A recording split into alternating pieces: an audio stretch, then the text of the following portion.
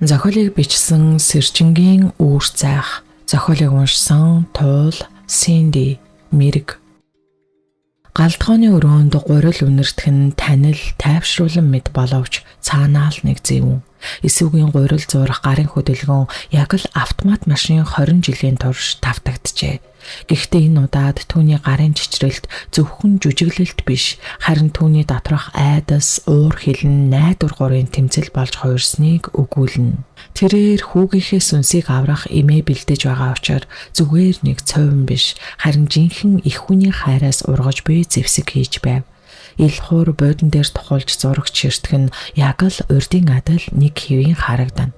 Ядарсан, гимшсэн мэт дүр эсгсэн тэрээр одоо гэр бүлийнхээ эзэн халамжит аавын дүрдээ бүрэн оржээ. Учир нь тэр ялсан өөрийнхөө үрийг буцаан авч тэрхүү тэрслүү тоглоомыг эцэс болгосондоо сэтгэл хангалуун болж биеэс нь ямар ч харуутаас авссангүй байх нь буг гүн нойронд автсан мэд эсвэл хансан араатан мэд чимээгүй болсных буйзаа. Хоол удах нь гэж зурагтнаас нүд салгалгүй асуух Илхуурын дуунаас эсвэл яг л хуучин цаг шигээ цочиж одоо боллоо гэж тэр дуу алдах нь үнэхээр төгс хариулт болж айсан сул дорой байдлын шинжийг гаргууд гаргасан бүлгөө. Улмаар төд одолгүй хоолооч аяглахдаа гардах халбаг нь тогоо тавхтайгаа харьцах чимээ галтгоонд хиттэрхий чанга хиттэрхий аимшигтай сонсогдсоор 3 аяг хоол ширээн дээр өргөдлөө. Хүүхдүүдээ хооллоорой гэж өөрөө хоолоо хийчихсэн мэд их л гавьяатай хүний царайгаар Илхуурыг дуудахад өрөөний хаалга нээгдэж охин нь төрүүлж гарч ирэхдээ ээжигээ хараад айсандаа бие хураах нь юу болсныг ойлгоогүйгээс үүдэлтэй. Ээж нь шулам уу эсвэл дахиад л хохирогч уу гэж бодох бүр зүгээр л энэ бүхнээс айж байв. Дараа нь хүүн гарч ирэхэд эсүүгийн зүрх зогсох шахав. Учир нь энэ бол түүний хүү биш байлаа. Алхаж хөдөлж байсан ч нүдэнд хоосон байх нь хар шил зөөчгсөн мэт. Ямар ч гэрэлгүй сэтгэл хөдлөлгүйгээр ширээнд тулж ирээд юу ч хэлэлгүйгээр сандал дээрээ суув. За миний хөөхтүүд ээж нь бидэнд гоё хоол хийж өгч гэж Илхуур инээмсэглэн хүүгийнхээ толгой гэлэхэд нөгөөх нь ямар нэгэн хариу үйлдэл үзүүлсэнгүй. Эсвэл ширээнийхээ өнцөгт өөрийнхөө хуучин байранд суухдаа хоолоо идэж зүрхэлсэнгүй зүгээр л ажиглаж байхад охин нь айсандаа юу ч дуурсангүй хоолоо хурдан өмхөж Илхуур яг л жинхэнэ хоолны амтыг мэдэрч буй мэд таашаалтайгаар идэж байв. Харин хүүнд хоолоо идэж байсан ч яг л робот мэд хоолоо халбагдаж амандаа хийгээд зажилж залхина. Ямар ч амт, ямар ч мэдрэмж авч байгаа шинж алга. Чи яагаад идэхгүй байгаа гэж Илхуур гэнт түүнээс асуух нь дахиад л шалгалт. Би хараахан өлсөөг байна гэж эсүү шивнэв. Та нарыгаа эхлээд идэх гэж бодоод үгүй гэж хэлсэн Илхуур халбгаа тавьж чи ид би чамайг идэхийг хармаар байна. Эсвэл чи энэ хоолнд ямар нэгэн юм хийж гисэн юм уу? Нөгөө бөөгийн чинь имнээс гэж хэлэх үед орчин тойронд цэм мөс болох шиг болж охин нь уйлах шахав. Эсвэл түүн рүү харвал бугийн шууд дайралт гэдэг нь ил тайжгав. Түүнийг ходол хэлж байна уугүй юу гэдгийг шалгаж байгаа хэрэг ажээ. Эсвэл чичирсэн гараар халбгаа авч цовингаа амруугаа хийгээд шууд залгиад амттай байна гэж хэлв. Илхуур түүнийг хэдэн секунд чирдснээ дахин инээмсэглэж сайн байна. Зүгээр л асуусан юм. Бид одоо нэг гэр бүл. Бидээ итгэх хэрэгтэй шүү дээ. Тийм үү? Хэмээн асуухтаа итгэх гэдэг үгийг яг л хараал мэт хэлв. Ээжээ, таны чихэнд юу байгаа? Гэх хүүгийнхэн дуутаа зэрэгцэн төлөгчийн дуу чихвчээр нь сонсогдов. Эсүү цочсондоо хахах шахав. Юу? Битгий хөдөл, тайван, хүүчин чамайг ширтэж байна. Үгүй, буг чамайг ширтэж байна. Тэр чиний чихвчийг анзаарчлаа. Тэр сонссон. Гэхэд эсүү арай ядан хүүрүүгээ харав. Хүүгийнх нь хоосон нүд яг түүний зүүн чих рүү чиглэсэн байв. Буг түүний биеэр дамжуулан сонсож ажиглаж байжээ. Аваа гэж хүүн гинт дуурахад хоолой нь яг л Илхуурын шиг хүйтэн хөндөй боловч хүүхдийн өнгөөр гарч ээжийн чихэнд нэг юм гялалцаад байна. Гэхэд Илхуурын нүүрэн дэх инээмсэглэл алга болж тийм үү хүү минь юу гялалцаад байна гэсээр бослоо. Энэ бол төгсгөл тэр мэдчихлээ гэж төлөгчийн дуу яаралтай сонсогдож "Эсвэл одоо толио ашигла чи тулалдах хэрэгтэй" гэхэд би чадахгүй гэж эсвэл дотроо хашгирч "Хүүхдүүд охин минь" хэмээн арай ядан шивнэлээ. Ил хур хажууд нэрж зогсоод үсийг нэлбэж чихнийх нь араас зөөлнөөр яг л хайртай хүний хуруунууд нь чихв чимээх жижиг төхөөрөмд хүрч байгаа юм шиг. Энэ юу вэ гэхэд хамаг цөхрөлд автсан эсвэл юу хийхээч мэдсэнгүй. Хэрв тэр одоо тойлоо ашиглавал ил хур хүүгээр нь дамжуулан охиныг нь гэмтэн. Хэрв тэр юу ч хийхгүй бол "Энэ үү" гэж эсвэл гинтхэн өөрөө ч юу ч хийж байгаагаа мэдэлгүйгээр хэлж чихвчээ сувг татан аваад "Энэ сонсголын аппарат" гэхэд ил хур хөмсгөө зангидав. "Юу гинэ?" "Сонсголын аппарат" гэж эсвэл ойлов. Энэ удаад түүний жүжиглэлд амьдралынх нь хамгийн агуу бүтээл болов. "Та намайг анх зохиход миний чих, та миний хингэргийг соолсон шүү дээ. Би та нарыг сонсохын тулд тэр эмнэлгээс үүнийг авсан. Би та нарын юу ярихыг сонсомоор байсан. Би та нараас дахиж айхыг хүсээгүй" гэхэд тэрээр чихвчийг ширээн дээр шидэв. Энэ бол төгс худалч гэсэн бугийн төсөөлөөгүй. Гэхдээ итгэж болох үед цорын ганц үнэн агаад хүчирхийлэлд өртсөн сул дорой хохирогчийн хийж болох зүйл. Төлөгчийн дуу холбоо үүрт тасарчээ. Эсвэл одоо сургуультай холбоогүй бүрэн ганцаардлаа. Ил хур хэсэг зурж чихвчийг ширтэж байснаа дараа нь шалнаас будаа түүж буй мэд авч гартаа эргүүлж үзв. Тэр ийм жижиг зүйлийг урд өмнө нь хизээж харж байгаагүй. Гэхдээ тэр эсүүгийн айсан цөхөрсөн царайг харж инээд алдаад чангаар бахтаваа хамтал хөхөрч "Сонсголын аппарат гинэ. Чи үнэхээр арчааг ант юм а эсвэл" Тэр чихвчийг шалан дээр шидээд гутлаараа гიშгэн няцлав. Шуугсан чимээ гарахад төлөгчийн сүүлчийн холбоо сарниж оджээ. "За одоо бидний донд ямар ч нууц байхгүй" гэж ил хур хэлээд буцаж суудалдаа суув. Хоолойд охин нь чимээг өхөн уйлахад хүн маань яаж байгаа бол гэж завнаж харвал хоосон харцаар шалан дээрх няцарсан чихвчийг ширтэг хагаад энэ удаа эсүү ялсан. Тэр дахин нэг удаа бугийг хуурч чадлаа. Гэхдээ үүнийхээ төлөө сургуультай холбоотой цорын ганц утсаа таслуулав. Тэр одоо энэ тамд, энэ үүрэнд бүрэн ганцаараа үлджээ. Хоол дуусгаад эсүүгийн амьдралдаа идсэн хамгийн аимшигтай хоол байлаа. "Одоо унд" гэж ил хур хүйтнэр хэлээд "Эсүү чи шалан дээр, буудан дээр биш. Миний хөлд унд. Энэ бол тушаал. Энэ бол нохоо эзэндээ үнэн чисгийг шалгаж буй шалгалт." Эсүү юу ч хэлэлгүй буудангийн хажууд хүйтэн шалан дээр хэвтэв. Яг л 20 жилийн өмнөх шиг. Шүн дунд болж гэр харанхуй оргив. Зөвхөн зурагтын бүдэг гэрэл ил хурын унтаж буй нүрийг гэрэлтүүлж тэрээр сэтгэл хангалуун тайван унтаж буй илт. Эсүүгийн нүд нээлттэй байх нь унтаагүй, унтаж чадаагүйг шууд л хэлээд өгөх шиг болжээ. Сэрүүн байсан бүсгүй аажуухан үндээж хүүхдүүдийнхээ өрөөрөө мөлхөв. Тэр чимээ гаргаж болохгүй. Хүүхдүүдийн өрөө харанхуй оргиж тэнд охин нь орондоо айсандаа атран унтаж байв. Хүн харин унтаагүй орон дээрээ суугаад цонхоор ширтэж байв.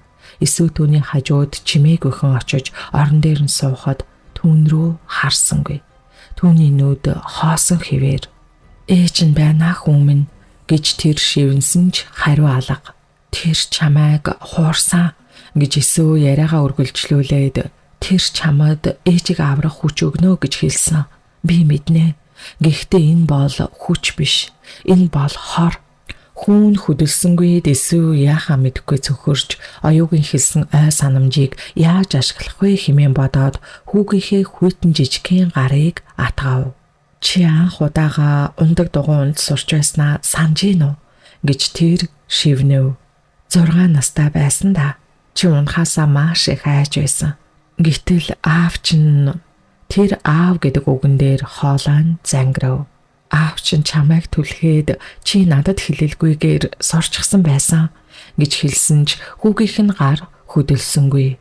"Тэгээд чи над дээр гүйж ирээд ээжээ хардаа би нисэж чаддаг болчихлоо" гэж хашгирсан. Чиний нүүр тэр чихтэй шороо болчихсон. Гэхдээ чи инээж байсан. Чи надад хамгийн түрүүнд үзүүлэхийг хүссэн шүү дээ гэж хэлээд Иесус уйлж байв. Тэрхүү үеийн ой санамжийг тэрхүү цэвэр баяр баясгалан хүүгийнхээ тэр үеийн инээдийг бодож тэр бүх мэдрэмжээ атгсан гараараа дамжуулан хүүгийнхээ хүйтэн бие рүү ариун ирч хүч ирчмээр шахаж эхлэв. Энэ мөчөд хүүгийнх нь гар үл ялэг дулаацаж эхлэх шиг болж тун удалгүй Иесугийн гарыг хариу атгав. Маш сулхан. Ийн атгахад Иесус амьсгаагаа төгжих мөчөд ээжээ гэсэн хүүгийн хоосон нүднээс нэг тусал нулимс урсав. Энэ бол хүүгийнх нь жинхэнэ нулимс байлаа. Энд харанхуй байна гэж тэр шивнээд үргэлжлүүлж би айж байна гэлээ. Би мэднэх хүмүүс битгий аа ээж нь энд байна гэж Иесус түүнийг тэврэв. Тэр богийг ялж чадаагүй. Ил хурыг ч дийлээгүй. Гэхдээ л тэр хүүгийнхээ гараас атгахчлаа. Тэр харанхуй доторх тэр жижигхэн очийг олчихлоо шүү дээ. Энэхэн аз жаргалтай мууч удаан үргэлжилсэнгүй. Чи юу хийж байгаа? Гэх галтгооны өрөөнөөс гарсан ил хурын архирах дуугаар тасарлаа. Тэр сэрчгэж бог өөрийнхөө үрийг алдаж эхэлснээ мэдэрчээ. Иесус хүүгээ тавиад босож өрөөний хаалганы өмнө очиход ил хур харанхуй коридорт зогсож байв. Түүний нүд одоо улаанаар биш, харин галзуурсан хорссон хүний нүдээр гэрэлтэж чи түүнд хүрсэн үү? Чи тулалдахыг сонгосон юм уу? Гэд охиных нь өрөөний хаалга руу дайрав. Үгүй гэж Иесус яг тэр мөчөд шийдвэрээ гаргаж жүжиглэхээ болонгууд толиос суг татан гаргаж ирээд зүрхэндх бүх хайр, бүх өвдөлтөө нэгэн цэгт төвлөрүүлж жинхэнэ тулаанд орсноор тоглоом дуусаж дайн эхэллээ. Үгүй гэх Иесугийн хашгиран галтхойг бус харин түүний доторх 20 жилийн турш хоримтлагдсан бүх цөхрлийг нэгэн зэрэг зад татав. Тэрээр хүүгийнхээ өрөөний үүдэн зогсож ил хурын охин руу дайрах хөдөлгөөнийг биеэрээ хаахад гарт байх хар арьсан тойл яг л зүрхнийх нь нэг хэсэг мэд халуун оргин атгагджээ. Энэ удаа тоглоомч дууссан, жүжиглэлтэж дууссан. Гэж ил хур бог архирахад царай нь одоо гимшсэн аав их биш, харин хуурцсандаа уур хилэн бадарсан араатных болон хувирч нүд нь улаанаар эргэлдэж хар утаа биеэс нь яг л ил гал мэд савсаж эхлэх үед чи надаас тоглож байсан байна.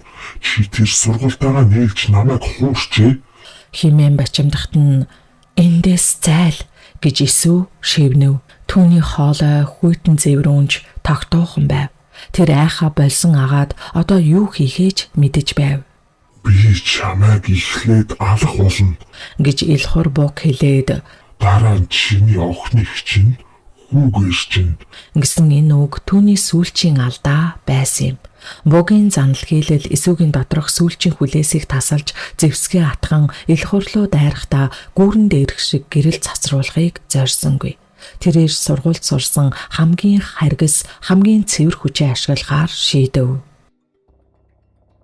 Цуурай тэр ил хурын цээжинд толио тулгахдаа өөрийнхөө бүх өвдөлтийг биш, харин хүүгийнхээ сүнсэн дотор мэдэрсэн тэрхүү аимшигт хүйтэн харанхуйг мөн охиныхоо айдас давтсан харцыг нэгтгэн тэр бүхнийг мөсөн жад болгон хувиргаж бугийн зүрх рүү буцаан түлхэхэд дүн гих битүү дуун гарснаар гэрэл гарахгүйгээр чимээгүй хүнд дэлбэрэлт болов. Энэ бол тесрэг чимээ биш, сүнсний дэлбэрэлт ажээ. Хэрв гүүрэн дээр Иесус түүнийг гэрлээр түлхэж шархтуулсан бол энэ удаа тэр түүнийг хүйтэн зэвсгээр зарцаах үед буг яг л хөхрийн хүчил түлэгдсэн мэд аимшигтайгаар бархирахад хар утаа ил хурын биеэс салангачиж түүнийг бүрхэн авлаа. Энэ бол Иесугийн өвдөлт биш, эхийн уур хилэн хүүхдийнхэн зовлонгоор бүтсэн цэвэр хор байв. Буг ийм зүйлтэй урд өмнө нь хизээч тулгарч байгаагүй. Тэр айдас уур хилэнгээр хоололдогч өөрөөс нь илүү хүйтэн, илүү төвлөрсөн зовлонтой тулгархад тэрээр хүчгүй болжээ. Ил хур галтгооны шалан дээр өвдөглөн унав. Түүний бие татвалзаж нүд нь эргэлдэн амнаас нь хар утаа суунаглахад Шимүү гэж тэр архирав. Тэр дээлтснээ ойлгож энэ тулаанд энэ үүр одоо түүний хувьд аюултай болжээ гэдгийг ядаж мэдэж авсан бүлгөө. Гэх гинтийн хашгираанаар эсүү эргэн харахад хүн босчихсон зогсож байхыг харвал нүд нь харанхуй хар хിവэрэ. Эсүүгийн цойроо цохилд аавыг нь онсон ч хүүгийнх нь доторх бугийн хилтэрхийг сэрээчгсэн ажээ. Чи аавыг өвчүүлөө Гэж хүн хэлв. Гэхдээ энэ бол түүний дуу биш, харин бугийн цойроо байв. Хүн яг л зэрлэг амтан мэд эсүү рүү бус, харин айсандаа хашгирч буй охин руу дайрсан ажээ. Энэ бол бугийн сүүлчийн хамгийн аимшигтай занга байв. Тэр ялагдсан ч өөрийнхөө нэг хэсгийг хүүд үлдээж гэр бүлийг өөрсдөр нь устгуулахаар шийджээ. Үгүй хүн битгий гэж хэлсэн эсүү яг юу болохыг ойлгов. Тэр хүүгээ зогсоох гэж урагш тэмүүлэхэд шалан дээр хэвтэж байсан эл хур одоо зүгээр л энгийн нэгэн чивэлт ирэх хүн болсон гэдгээ илтгэж хөлнөөс нь зуураад битгий яв гэж тэр цустай амаараа шивнэв. Тэр чинь минийх гэх агаад энэ удаа тэр хүчтэй байсан ч бугийн хүчгүүгээр тэр зүгээр л шархацсан эр болж хувирсан байв. Гэвч түүний атгалт эсвэг ганц секунд л саатуулав. Тэр ганцхан секунд бугийн үлдэгдэлд хангалттай байжээ. Хүн охин руу очиж орон дээр нь түлхэн унгаж хоёр гараараа хоолойг нь шахаж эхлэв.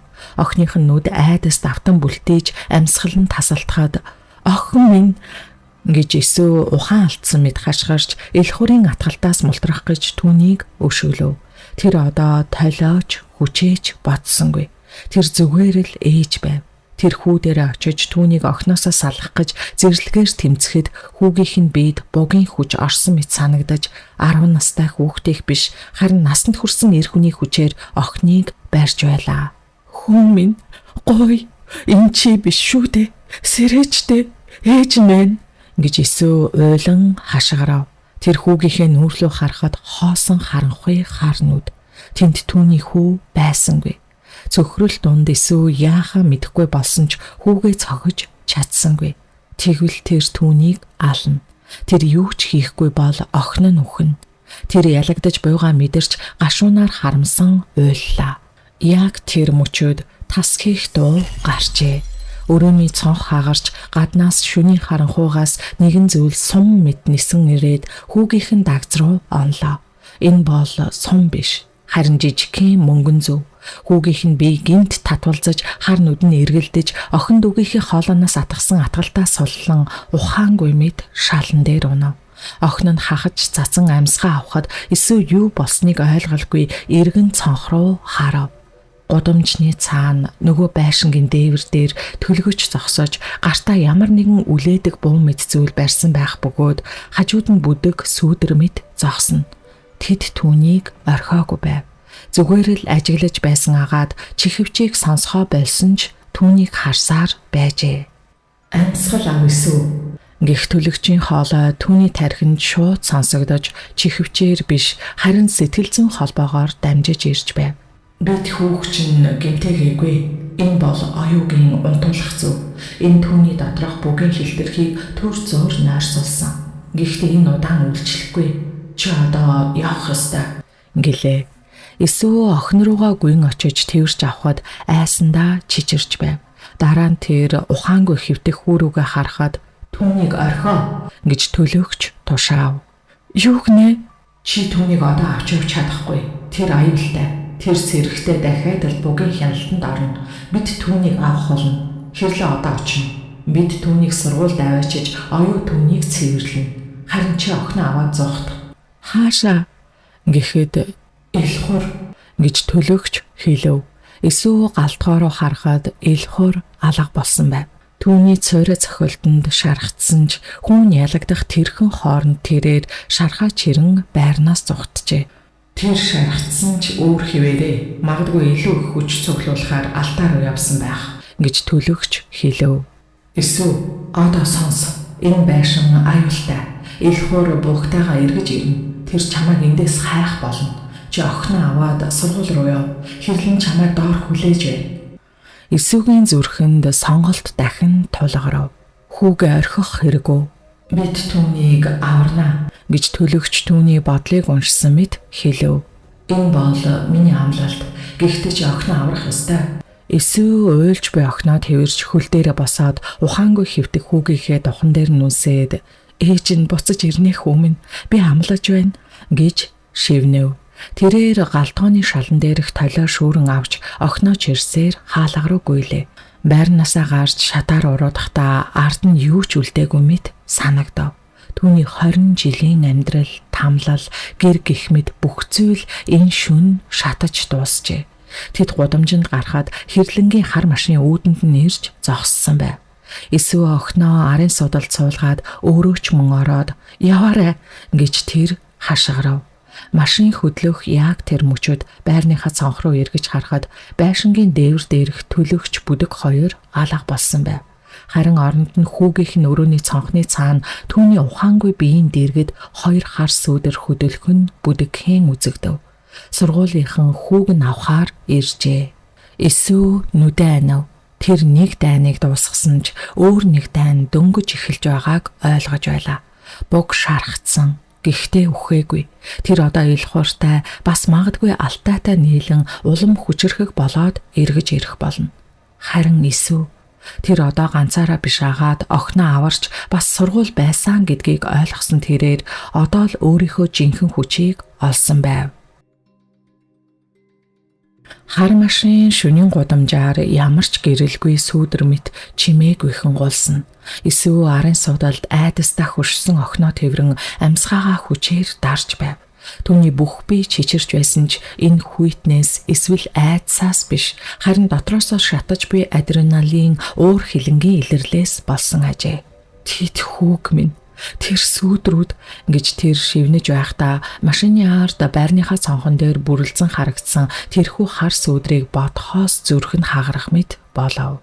Тэд бол сургуулийнхан гэж хэрлэнгийн хүйтэн хоолой урт суудлаас сонсогдов. Тэрээр жолоогоо эргүүлэн толинд эсүүгийн царайг ширтэв. Тэд бол аврагчид хүүгч нь оюун эмчдэр аваачиж цэвэрлэнэ. Миний хүү амьд уу? Тэр зүү гэмтээгээгүй байгаа. Амьд гэж хэрлэн тавчхан хариулаад хэсэг зур чимээгүй болсны дараа дахин ам нээж төр зур унтуулсан. Бүгийн хилтэрхийг түүний сүнснээс салгах нь чиний цойроо цохилтоос хамаагүй хэцүү ажил байх болно. Гэхдээ оюу чаднаа гэлээ. Эсүүгийн хажууд охин нь чичирч эхэлсэн ч уйлсангүй бас хашгирсангүй. Зүгээр л нүдээ том болгож юу ч харахгүй мэд урагшаа ширтэнэ. Тэрээр аавыгаа араатан болж ах нь түүнийг алахыг завдаж ээж нь ямар нэгэн үл мэдэгдэх хүчээр тэмцхийг харсан. Бага насны хүүхдийн сэтгэц үүнийг даахгүй. Ээжээ гэж охин нь эцэст нь шивнэх үед би энд байна охин минь, бүх зүйл зүгээр, бид аюулгүй. Чи юу юм бэ гэж гайхшрангуй бас айцтай асуух энэ асуулт эсүүгийн зүрхийг зүсэж хүүгийнхэн шулам гэж хэлсэн үгнээс ч илүү хүнд туслаа. Охин нь түүнээс айж байв. Би чиний ээж чинь шүү дээ гэж тэр хэлээд тэврэх гэтэл бие холдуулж машины хаалганд наалдав. Үгүй, та аавыг өвдгсөн, та ахыг тэр танаас болсон. Та бол мангас, яг аав шиг гэхэд эсүүгийн дотор ямар нэгэн зүйл урагдах шиг болов. Тэр бугтай тэмцэж ил хурыг дийлж хүүхдүүдээ аврахын төлөө бүхнээ зориулсан. Гэтэл эцэст нь тэр хүүхдүүдийнхээ нүдэнд өөрөө буг болон хувирчээ. Төлөгчийн хэлсэн үнэн байв. Тэр тэднийг аварч чадаагүй. Харин тэдний ертөнцийг үүр тусдагсан ажгүй. Машин зогсов. Гэхдээ энэ нь тэдний анх очсон газрын доорх зогсоол биш, харин хотын төвийн нэгэн хуучны тансаг байрны үүдэн дээрв. Одоо буу гэж хэрлэн хэлэхэд бууж чимээгүйхэн лифтэнд суугаад хамгийн дээд давхарт гарав. Энэ бол алтайгийнх шиг пентхаус биш, харин тоос дарагдсан хуучин тавилгатай эзгүй мэд боловч аюулгүй байдлыг мэдрүүлсэн нэгэн нууц байр байлаа. Хэрлэн тэднийг оруулмагцаа эндэ хүлээ гээд явхаар завдахад чи хаач гаж байгаа гэж эсвэ асуугаад араас нь залгуулan төлөгч хаана вэ? Бид одоо яах юм? Бидний ажил дуусаагүй гэж хэрлэн хаалганы тэндээс тавчхан хариулж сурсан зангаараа гатсан мэд хэсэгхэн зур саадаад чиний хүүг авчрах ёстой. Харин ил хуур зугтсан. Шархатсан араатан хамгийн аюултай байдаг химээлээ. Тэр алтаа руу явсан уу? Бид тэгжил таамаглаж байна. Бөгөөд хүчээ нөхөх эдгэрэх үүрэх хэрэгтэй. Алтай бол түүний дараагийн сонголт. Төлгөч тэднийг ажиглаж байгаа гэлээ. Хэрлэн юу ч хэлэлгүй гарч хаалгаа гаднаас нь түгжв. Эсвэл Амина хоёр эзгүй байранд хоёулах навлдлээ. Амина өрөөний болонд очиж өвдгөө тэврэн сууна. Тэр ээж рүүгээ айдас үзэн ядалт хосолсон харцаар ширтэн. Надаас битгий ай охин минь. Надад битгий ойрт гэж Амина хашгирав. Та тэр юма дахиад гарах уу? Та намайг бас ах шиг болгох уу? Хэмээхэд эсвэл юу ч хэлэхээ мэдсэнгүй. Тэр яаж үннийг тайлбарлах вэ? Яаж охиндоо аав нь дотроо чөтгөртөө харин ээж нь тэр чөтгөртөө тэмцдэг нууц бүлгмийн дайчин гэж хэлэх үү? Энэ бүхэн чамайг хамгаалахын тулд л худлаа хэлж байна. Аав таныг хэлсэн. Та алтаа эгчтэй нийлж аавыг алах гэж оролцсон гэсэн. Та биднийг хайсан штэ. Үгүй, тэр худлаа ирсэн. Та худлаа ирж байна. Та шулам гэх энэ үг эсүүгийн төвчээрийг барав. Тэр сургуульд сурсан хяналтаа алдлаа. Тийм ээ гэж тэр хашгирахдаа өөрөө ч өөрийгөө таньсангүй. Түүний хоолой яг л бугийнх шиг архирч байлаа. Би мангас сэж болно. Гэхдээ би та хоёрын төлөө энэ мангас болсон. Чиний аав чинь намайг 20 жил зодсон. Тэр намайг алахыг завдсан шүү дээ. Тэр чамайг ч алахыг завдлаа. Гэтэл чи түүнийг хамгаалаад байгаа мó? Гэх чарлаа дог сонсоод Амина айсандаа чичирч уйлж эхлэхэд эсвэл юу хийж гиснээ ойлгов. Тэр охиноо айлгачглаа. Тэр яг л ил хур шиг аашилжглаа. Охин минь, үгүй, ээж нь тэр охин руугаа дөхөх гэтэл хаалганы төгжээ эргэх чимээ гарав. Эсвэл толио шүүрэн авч охиныхоо урд хөндлсөн зогсоож ил хур хаалга нээгдэж оюунч орж ирэв. Түүний ард төлөгч зогсож байв. Тайвшир эсүү минь гэж оюу зөөлнөр хэлв. Чиний дайн энд биш. Тэрээр айсандаа уйлах Амина руу харав. Харин энд эдгэрэлт хэрэгтэй. Оюу өрөөний болонд чичирч би охин дээр очиж түүний өмнө сөхрөн суув. Сайн уу Амина? Намайг оюу гэдэг. Би эмч хүн. Та бас ээж шиг үү гэж Амина шивнэв. Тийм ээ гэж оюу нэмсэглэв. Би ч гэсэн ээж бас эмээ. Чи маш аимшигтай зүйл харсан байна. Тийм үү? Амина толгой дохив. Заримдаа бидний нүд бидний харж даахааргүй зүйлсийг хардаг. Яг л нарлуу ихц харсан юм шиг. Тэгээд нүд маань өвддөг. Чиний сэтгэл одоо яг тэгж өвдөж байгаа гэж оюу хэлээд халааснасаа жижигхэн шилтэй сүүн цагаан шингэн гаргаж ирэв. Энэ бол эм. Энэ чамайг унтуулна. Чи сэрэхтэй энэ шүнийг зүгээр л нэг аимшигтай бүдэг зүүд байсан юм шиг л санах болно. Би мартах юм уу? Тийм ээ гэж оюу зөөлнөр хэлв. Энэ бол бэлэг. Чиний насны хүүхэд ийм үннийг үүрэх ёсгүй. Эсвэл ураг шалхав. Үгүй, түнд битгий худлаа хэл. Тэр мартах ёсгүй. Тэр аав нь ямар аратан болохыг мэдэх ёстой шүү дээ. Төлөгч түүний мөрөн дээр гараа тавив. Эсвэл хэрв тэр энэ санамжтайгаа үлдвэл бүг түүнийг ямар ч үед буцаан авч чадна. Айдас бол тэдний хаалга. Оюу тэр хаалгыг хаах гэж байна. Эсвэл охин руугаа харав. Түүний нүд найдвар айдас хоёрын дунд эргэлдэн. Энэ бол эсүүгийн сонголт. Үннийг мэдэгч сүнсэн шархалсан охинтойгоо үлдэх үү? Эсвэл түүнийг мартагнуулж гим зэмгөө хിവэр нь авч үлдэх үү? Би ахыгаа санаж ийн гэж Амина ойлов.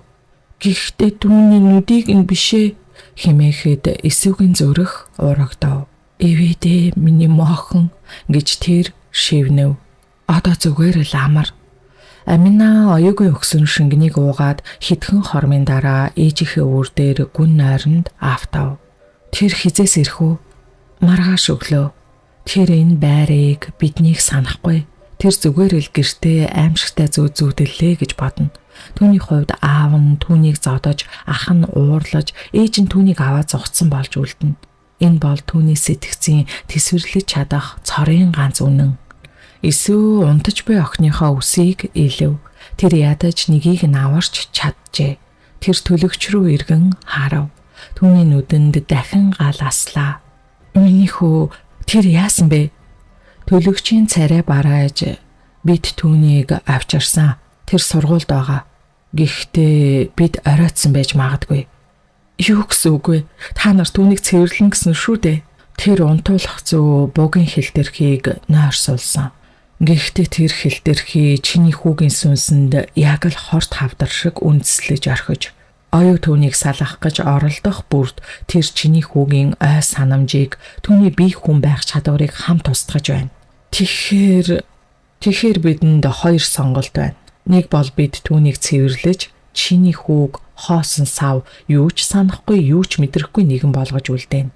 Эсвэл юу гэж?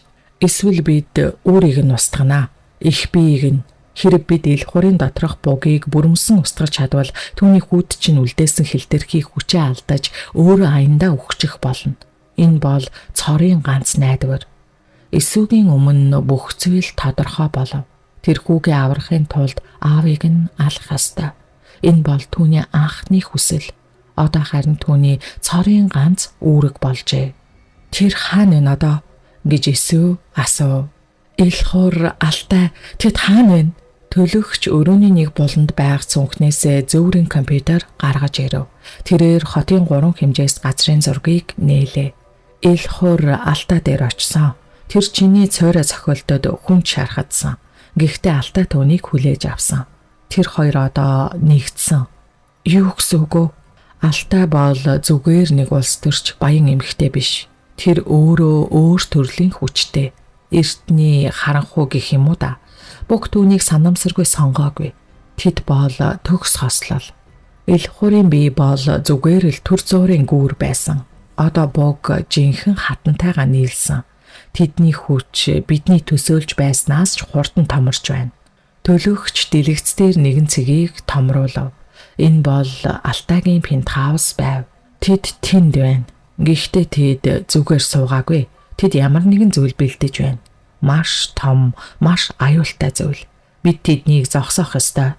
Би очно гэж Есүс шийдэмгий хэлэв. Тийм ээ, чи очно. Гэхдээ энэ удаад чи толь бариад цуур ашиглаад дайрахгүй. Чи гүүрэн дээр түүнийг айлгасан. Тэр чамаас болгоомжлж байгаа. Чи одоо түүний хамгаалтыг нэвтэлж чадахгүй. Гэхдээ дахин айдас давтсан бүсгүй. Тэгвэл би яах юм бэ? Гэж төгшөнгөө асуухад төлөгчийн нүд гялалзаж чи хохирогч байгаа болсон. Чи дайчин байхаач болно. Одоо чи тагнуулч болно. Тэрээр нууц байранд унтаж буй охиноо тэврэн сууж байв. Хаалга нээгдэж төлгөж орж ирээд түүнийг тагнуулж болохыг тушаах тэр мөчөөд Есүс давхын цочиж сэрэв. Нүдэ нээхэд түүнийг тансаг гэвч аюулгүй нууц байр биш, харин өөрийнх нь галтгооны хүйтэн бохиршаал угтлаа. Хамарлуун оюун эмчийн аршааны анхлын үнэр биш, харин асгарсан арх өөрийнх нь хатсан цусны ихэнх үнэр хан хийхэд эргэн тойрноо сандарч твдэн харвал охин нь алга, хүүнч алга, цор ганцаараа байлаа. Зүүд, энэ бүхэн зүүд байжээ. Гэхдээ ямар бодит зүүд вэ? Миний амьдралд яагаад ийм зүүд ирэв? Би огт зүүдэлдэггүй хүн шүү дээ. Бүр ингэж удаанаар яагаад нэг их аз жаргал амсаж зүүдлэх нь энэ вэ? Ийм амьдрал байдаг гэдгийг надад хэн нэгэн харуулахыг зорьсон болов уу? Алтаа дээр очсон нь, хэрлэнтэй уулзсан нь, газар доорх сургуул, оюун эмчийн эдгээлт, цуурай танхим, гүүрэн дээрх тулаан, хүүгээ богд алдсан нь, охиноо аваад зогтсон зэрэг нь урт бөгөөд аимшигтай аялал агаад зүгээр л зүүд байжээ гэж бодсон Есүс хоёр гараараа нүрээ дарав. Тэр ойлгох эсвэл инээхээ мэдсэнгүй. Гэхдээ энэ бол зүгээр нэг зүүд байсангүй. Түүнийг өөрчилсөн сүнсний аялал байлаа. Тэр биеэрээ сургуульд очоогүйч түүний сүнс нь тэнд суралцжээ. Тэр богийг харсан, тулалдсан. Түүнийг ялж бас түүнээс зугцсан. Тэр зүүдэндээ хүүгийнхээ төлөө бугтаа тулалдаж охиноо хамгаалсан. Гэтэл бодит байдал дээр ёстой уйлмаар өрөвдөлтэйгээр байрандаа буцаж ирсэн байхажээ. Энэ мэдчлэн түмэн бодол эргэлдүүлсэн бүсгүй хүүхдүүдийнхээ өрөөний хаалга руу харвал хаалттай байгаагаад дотор нь нам гүм оргино. Тэд ээжийг нь хэн биш болтлон зодож байхыг сонссон ч айсандаа гарч ирж зүрхлээгүй эсвэл хүсээгүй хэрэг ажээ. Дөнгөж юмны зах цухаас мэдэрсэн тэрээр зүүд байжээ гэж амандаа шивнэв. Гэтэл түүний зүрхэн тушаа дотор хувцсныхан дотор ямар нэгэн зүйл хатуу танил зүйл мэдрэгдэх шиг болоход гараараа тэмтэрвэл тэрхүү хар арьсан улаан утсаар ороосон тойл байж байх нь тэр. Энэ яаж хэмээн гайхсандаа амаа ангав. Уг нь үүнийг хогийн сав руу шидсэн шүү дээ. Хогоо ухаад олоогүй. Тэгвэл зүүднийх нь аль хэсэг нь үнэн байв хэмээн зүүдэлсэн хэсгүүдээ дараалан санахыг оролдоход халаасанд нь цаасан бодолтой нэгэн зүйл байна гэж зүүдэлсэн байв. Өглөө нь сэрж хайвал үнэхээр цаасанд бодолтой зүйл байсан агаад түүний хайсан бүх зүйлс яг хിവэрэ байх нь тэр. Эсвэл анхны тавчлалынхаа энэ хэсгийг гинт саналаа. Тэр зүүдэлсэн ч аялсан. Тэрхүү мэрэгэн зэвсгийг нь буцааж өгчээ. Үнэн дээр түүнийг орхиогүй аж. Түүнд сургууль сурах боломжийг зүүдээр нь дамжуулан олгосон байв. Эсвэл толио чанга атгаад энэ удаад яасан ч хаяхгүй гэж шивнэв. Энэ зүйл түүний бодит найдвар агаад тэр сэрсэн гэдгээ мэдэж өөр хүн болж сэрснээж сайтар ойлгов. Ил хурыг эмнэлгээс гарч ирж эсвэл үхлийн ирмэгт тултал зодсон тэр шөнөөс хойш 7 хоног өнгөрчээ. Энэ 7 хоног бол эсвэгийн амьдралын хамгийн урт бөгөөд хамгийн нам гүм там байлаа. Гэрт ямар ч хэрүүл шууган гарсангүй. Ил хур түүнд дахин гар хүрсэнгүй. Гэхдээ энэ нь амар амгалан биш байсан агаад бөмбөг тесрэхийн өмнөх чимээгүй байдал байсан ажгүй. Тэрхүү аимшигт шүн эсвэг зодож ухаан алдуулсныхаа дараа ил хур юу ч болоогүй мэд ажилдаа явсан. Харин эсвэг тэр чихтэй цуснаж болсон биеэ чирэн эмнэлэг явж зүрхлээгүй. Зүгээр л өөрийнхөө гэрт шалан дээр хөвтөж идгэрсэн. Түүний доторх сургуулийн сургаал, оюун өмчийн харын тосны тухай ой санамж нь түүнийг ичидий мэд хурдан эдгээсэнгүй.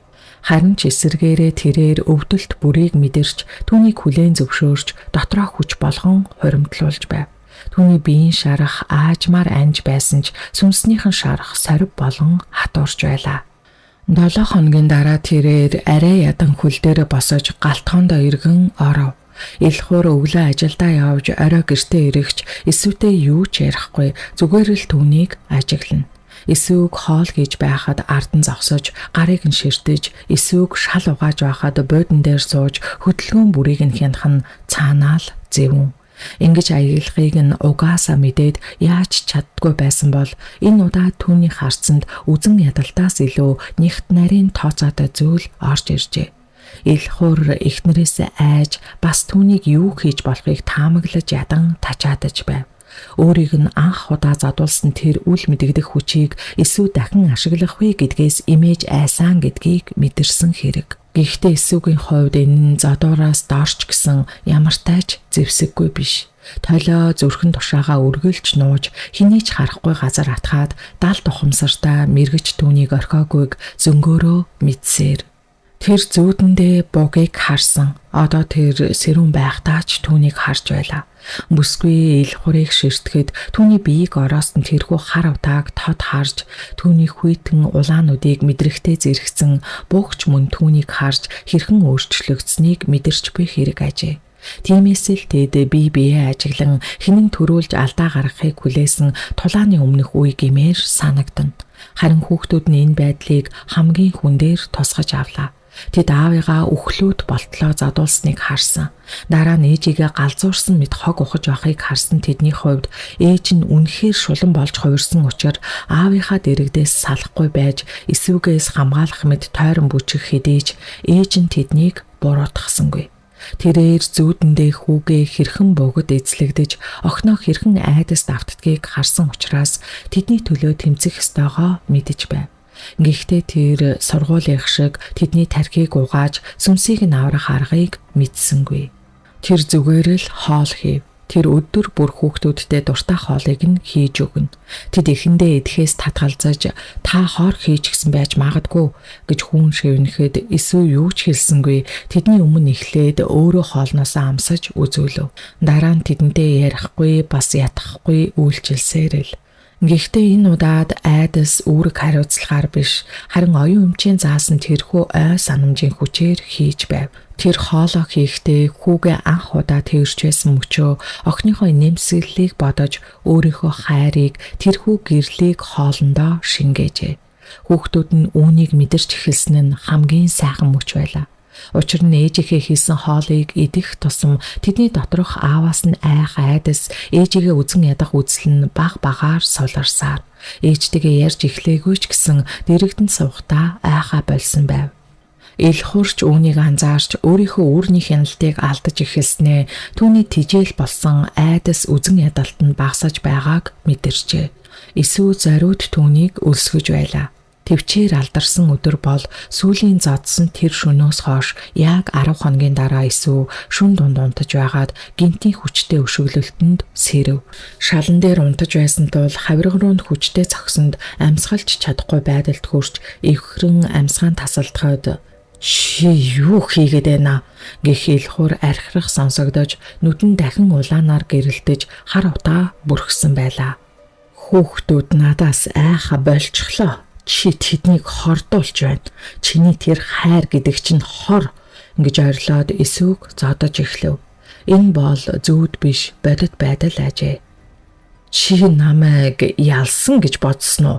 гэж тэр эсвэг өстөн босгож ирээд "Чи тэр гүүрэн дээрх зүудээ үнэн гэж бодоо юу? Чиний сургууль хаана вэ? Чиний төлөгч чинь хаана вэ?" гэхэд эсвэг цус нулимстайгаа холилдсон ч зөвүүн муухагаар урдаас нь инээмсгэлжээ.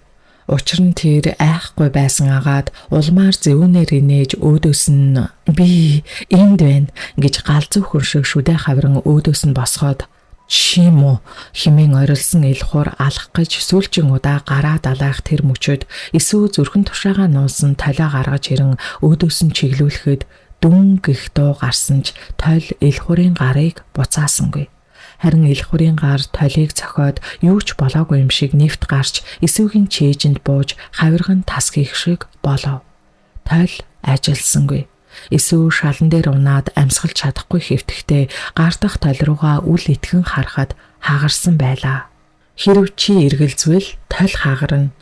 Тэр зүудэндээ биш харин бодит байдал дээр түүнийг анх хогийн сав руу шидэхдээ эргэлцсэн тэр мөчөд тойл аль хэдийн хагарчихсан байж. Тэр зэвсэггүй байсан аж. Илхуур яг юу болсныг ойлгоод аимшигтайгаар инээд алдаж "Чиний эд шид чинь дуусчихсан. Чи юу ч биш байна. Зүгээр л нэг музолбсаг" гэд эсвэг дуусгахаар дөхөхөд бүсгүй цөхрөнгөө баран өглөө хүлээв. Яг тэр мөчөд түүний утас дуугарав. Шүн дунд хин уцтав гэж бодсон илхуур зог тосов. "Хин миний ихнэр лөө шүн дунд ярьж зөрхлөв" гэж бодох үедээ эсвүү уцаа харавал төлөгч ажээ. Эсвүү уцаа авахад "Тэр чамайг алах гэж байна" гэж төлөгчийн хурдан бөгөөд тайван дуу сонсогдов. "Тойл хагарчихсан" гэж эсвүү шивнэхэд "Би мэднэ. Энэ бол зүгээр л нэг хэрэгсэл байсан. Жинхэнэ зэвсэг бол чи өөрөө. Чиний цуурай. Чиний гэрэл. Чи тэр бүхнийг зүүдэндээ сурсан. Тэр сургаал чинь бодит. Би яаж тэр чамайг алахын тулд чамд ойртох ёстой. Тэр чам руу дайрахдаа өөрийнхөө хамгаалтыг нээдэг учраас яг одоо түүнийг өдөж уурлуул. Тэгээ зүүдэндээ хийсэн шигэ, гүүрэн дээр хийсэн шиг бүх хүчээрээ гэрлээ цацруул. Гэхдээ зэрэгсэн "Чи хинтээ яриад байгаа юм бэ?" гэж илхуур хашгиран уцыг нь булааж авахар дайрах агшинд "Яг одоо эсвүү ихэл" гэхэд эсвүү нүдэ айнав. Тэрээр зүүдэндээ мэдэрсэн тэрхүү үзэн ядалтыг гэрэл болгон хувиргах тэр мэдрэмжийг тэмтэрч бүх хүчээ 20 жилийн зовлон хүүхдүүдийнхээ төлөө хайраа нэгтгээд зайл гэж зөвүүн муухагаар өөдөөс нь хашгирахад биеэс нь хурц цагаан гэрэл яг л дэлбэрэлт мэт цацагдаж илхуур гүүрэн дээргшгээ аимшигтайгаар бархирч биеэс нь хар утаас авсаар шалан дээр унав. Гэвч энэ удаад тэр зугтсангүй шархтсан ч ухаан алдсан эсвэрүү мөлхөж "Чи үүнийг хийж чадахгүй. Би өөхөхгүй" гэд эсвэгийн хоолой руу гараа сарвалзууллаа. Тэр мөчөөд байрны хаалга дэлбэрэх мэт цөм зохигдож хэрлэн бүдэг хоёр бусад хар хувцаснуудтай хамт дайран орж ирлээ. Зүуд биш байжээ. Сургууль бодит байсан юм шигээр үйл явдал өрнөж эсвэгийн чихвчийг биш харин түүний гэрлийн дэлбэрэлтийг мэдэрч иржээ. Хэрлэн юу ч хэлэлгүйгээр шархацсан илхуур дээр очиж дагз руу нь оюугүй мөнгөн зүг шаахад тэрээр таг хөдөлгөөнгүй болов. Эсвэл ухаан алдахын өмнө төлөгч дээрээс нь бүх хийж чиний хичээл дууслаа эсвэл гэж хэлхийг бүдэгхэн сонсов. Чи төгс байлаа. Гэх үг агаарт цуурай адил замхран холцоор эсвэл нүдэ нээлээ. Эсвэл манарч ухаан санаандаа хин юм дүрслэн харжээ. Чи түнд хүрсэн үү? Чи тулалдахыг сонгосон юм уу? Гэх ил хурын архирах дуу харанхуй коридорт хадах нь ухаан алдсан мэд унтаж байсан халамжит аавын дүрээсээ гинт сэржээ. Тэрээр жинхэнэ араатан болж хувирхдаа эсвэл хүүгийнх нь нойрссон сүнсэнд хүрч өөрийнх нь үүрний хяналтыг булааж эхэлснийг мэдэрснээс болсон хэрэг ажээ. Тэр мэддэг байж эсвэл унтаж байхад түүнийг аялж байхыг буг мэдэрч түүний ой санамжийг уншсан байв. Тэр эсвэг бүхнийг мэдсэн гэдгийг мэдэнгүүтэл хүүг нь үүр болгох аимшиг төлөвлөгөөгөө хэрэгжүүлсэн байж.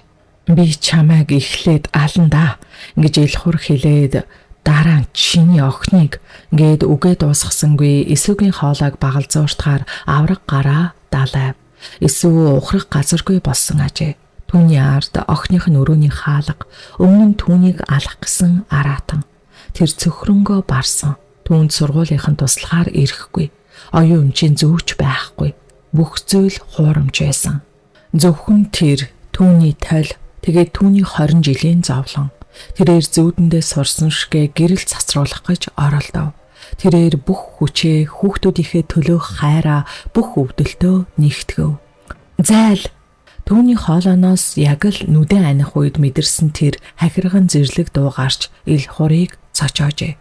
Тэр хизээч эсвэг ингэж хашгирч байхыг сонсоогүй учраас зог тусгийн ганц агшин саатлаа. Яг тэр мөчөөд эсвэгийн гар татгаатай тойл мөс шиг хүйтэн оргиж дараа нь гал мэд халуун шатав. Түүнийг эргэлзэж алдахгүй гэсэндээ айх тэр мөчөөд нүдэ аних тэр мөчөд гээд боломж гарсан бүхий л цаг хугацаанд төлөгч дахин дасгалжуулж яг үнэхээр амжилтанд хүрч ялах хүчийг хайрлсан ажгүй. Ил хурын далайсан гар эсвэгийн цээжинд хүрхийн даваан дээр үл үзэгдэх хүнд хүчинд цохиулав. Энэ бол хэрлэнгийн цохилт биш. Энэ бол бугийн өөрийнх нь хүч байв. Түүний алнаа гэсэн тэрхүү харгас хар хүсэл хар энерги толинд тусч ямар ч саадгүйгээр өөрлөн буцан ойлоо. Муухай хашгирсан ил хурын нүд гинт томров. Тэр эсвэг биш харин өөрийнхөө цээжийг ширтэж нүүрэндх уур хилэн айдас гайхширлаар солигдож амьсгал авах гэж оролдсон ч чадсангүй зүрхэн зогссон мэт болж эсвэгийн өмнө яг л хүнд зүйл цохиулсан мэт хүчтэйгээр ухаан алдан унаад шалан дээр татуулзаж амнаас нь хөөс сахран нүдэн эргэлдэв. Бугийн хар утаа түүний биеэс айдаст автан гарах гэж оролдох мэт савсаж эцэстээ эзний орхин зүхтахын оронд эзнийхээ дотор эргэлт буцалтгүйгээр төгжигджээ. Эсвэл болж буй үйл явдлыг харсаар 20 жилийн тамлал хорт дайсан яг өмнө нь яг одоо үхэж байв. Энэ бүхэн хитрхи гинтийн хитрхи аимшигтай болж өнгөрсөн ажээ. Тэр яллаа. Гэхдээ ялалт ийм байх ёстой гэж үү гэж бодож амжмагц түүний биеийг барьж байсан бүх хүч алга болов. 20 жилийн айдас сүүлийн хэдэн өдрийн хит ачаалал тэгээд яг одоо нүдэн дээр нь болсон энэ үйл явдлын цочрол. Энэ бүхэн түүнд хитрхи хүндэж нүд нь харанхуйлж тэрээр ухаан алдаж буй нөхрийнхөө хажууд өөрөө ч мөн адил ухаан алдан унав. Галтгооны өрөөнд усны тусал туслах чимээ бүдэгхэн сонсогдсоор улам тодорно. Өөр юу ч сонсогдохгүй тэр үед эсвэ нүдэнэ. Толгойн дүүрч хамаг бие нь өвдөж байв. Хичнээн удснаач мэдсэнгүй. Магадгүй хэдхэн минут эсвэл хэдэн цаг болсон биз. Эхлээд юу болсныг сансангүй. Хажууд хэвтэх ил хурын биеийг харсны дараа санаж "Үгүй" гээд айсандаа мөлхөн ухрав. Гэтэл ил хур хөдөлсөнчгүй амьсгалж байв. Гэхдээ маш сул, яг муурих шиг хэржигнсэн амьсгаа. Гинтийн сонин чимээгээр сэрсэн хүүхдүүд нь ээжээ гих дуулдаж өрөөний хаалга аажуу хонгоож эхлээд охиных нь айсан нүүр цохов. "Аа яасан бэ?" Эсвэ юу хэлэхээ мэдсэнгүй. Тэр унчглаа. Эсвэ арай ядан босож хүүгийнхээ өрөө рүү харав. Хүүн орон дээрээ унтлагын хувцастайгаа эвхрэн хөвтөж байв. Тэр унтаж байлаа. Гэхдээ энэ нь бугийн хоос нойр биш, харин жирийн хүүхдийн гүн нойр байв. Хүүгийн нүүр тайван нүднийх нь хар хүрээ алга болжээ. Ил хурыг цогсон тэрхүү сүнсний дэлбэрэлт нь хүүгийнх нь биедэх бугийн хэлтэрхийг ч мөн адил тасалсан байв. Тэр чөлөөлөгдсөн хэрэг. Төлөгч гартаа очир эргэлдүүлэн барьж байсан нь дом хийсэн хэрэг аж ахуй. Эсвэл нулимсаа барьж дийлсэнгүй хүү дээрээ очиж түүнийг үнсэв. Дараа нь эргэж галдгоонд хэвтэх ил хур руу хараад одоо миний ээлж химээгээд утсаа авав. Энэ бүхэн төлөгчийн хамгаалалт ажээ. Тэр зүүд, тэр тол энэ бүхэн үнэн байсан. Тэр эсвэг дахин бэлтгэж яг хэрэгтэй мөчөд зэвсгийг нь ажилуулжээ. Эсвэг 103 руу заалгав. Байна уу? Нөхөр маань тэр ухаан алдчихлаа. Тэр амьсгалахгүй байна гэж хэлэхдээ хоолой нь чичирч байв. Гэхдээ энэ нь айдсаас биш, харин өөр зүйлээс. Тэр яг одоо нөхрөө аврах гэж заалгаагүй. Зүгээр л түүнийг амьд байлгах гэж заалгасан. Амьд гэхдээ хүчгүй. Амьд гэхдээ хэвтэрт. Амьд гэхдээ түүний гарт. Төргөн тусламж ирж ил хурыг авч авав. Эмчнэр тархины цус харуулт зүрхний шигдээс гихцүүлсийн талаар ярьж байлаа. Гинтийн цохилт нь түүний биеийг бүр мөсөн эвдэжээ. Эсвэл хүүхдүүдэд тэрэн үлдэв. Тэд ээжээс айсан хിവэр гэхдээ тэр аимшигч хүн дууссаныг мэдэрч байв. 7 хоног өнгөрөв. Ил хур эмлэгт ухаангүй хэвтсээр хүн сэрсэнж тэр шүнийг мөн сүүлийн хэдэн 7 хоногийг огт сансангүй. Түүний сүнс цэвэрлэгдэжээ. Охин нь аимшигтай зүүдэлсэн мэт бүдэг бадаг зүйлсээрж сэтгэл зүйчийн тусламж авч эхлэв. Гэр орон нь нам гүн болсон ч эсүүгийн тэмцэл дуусаагүй гэдгийг илтгэж тэр өдөр эмнэлгээс дуудлага ирлээ. Нөхөрчин сэрсэн. Гэхдээ эсүү эмнэлэгт очиход ил хур орон дээр хэвтэж байлаа. Нүдээ эргүүлж эсүүг харсан ч биеийг хөдөлж чадахгүй болжээ. Нэг ч хурууга хөдөлгөж үл чадна. Тэр зөвхөн нүдэл цавчилж чадна. Тархины цус харуулт түүнийг хүзүүнээс нь доош бүрэн мэдээгүй болгожээ. Тэр сунг болсон байв. Түүний нүдэнд уур хилэн байсангүй. Буг алга болсон. Тэнд зөвхөн айдсал байв. Тэр одоо өөрийнхөө бүтээсэн мангасаас айх биш, харин өөрийнхөө хохирогч болгосон тэр эмэгтэйгээс айж байлаа. Таныг энэ хүний хохирогч гэдгийг бид мэдсэн. Хэрвээ та хүсэхгүй байвал эмчнэр түүнийг асрамжийн газар руу явуулна гэж совилогч хэлв. Эсвэл нөхрийнхөө нүд рүү ширтэв. Тэр нүдэнд намайг орхиоч, намайг уучлаарай гэсэн гуйлт байхыг анзаарч үгүй гэж эсвэл совилогчид хандан хэлв. Түүний хоолой тайван шийдэмгий агаад би түүнийг гэртээ авч гарнаа. Би өөрөө түүнийг асарна гэлээ. Эсвэл эргэн ил хур руу харав. Түүний нүдэнд айдас улам гүн болж цөхрлөөр солигдох үед эсүү чихэнд нь зөөл нур шивнэж тоглоом дуусаагүй ил хураа.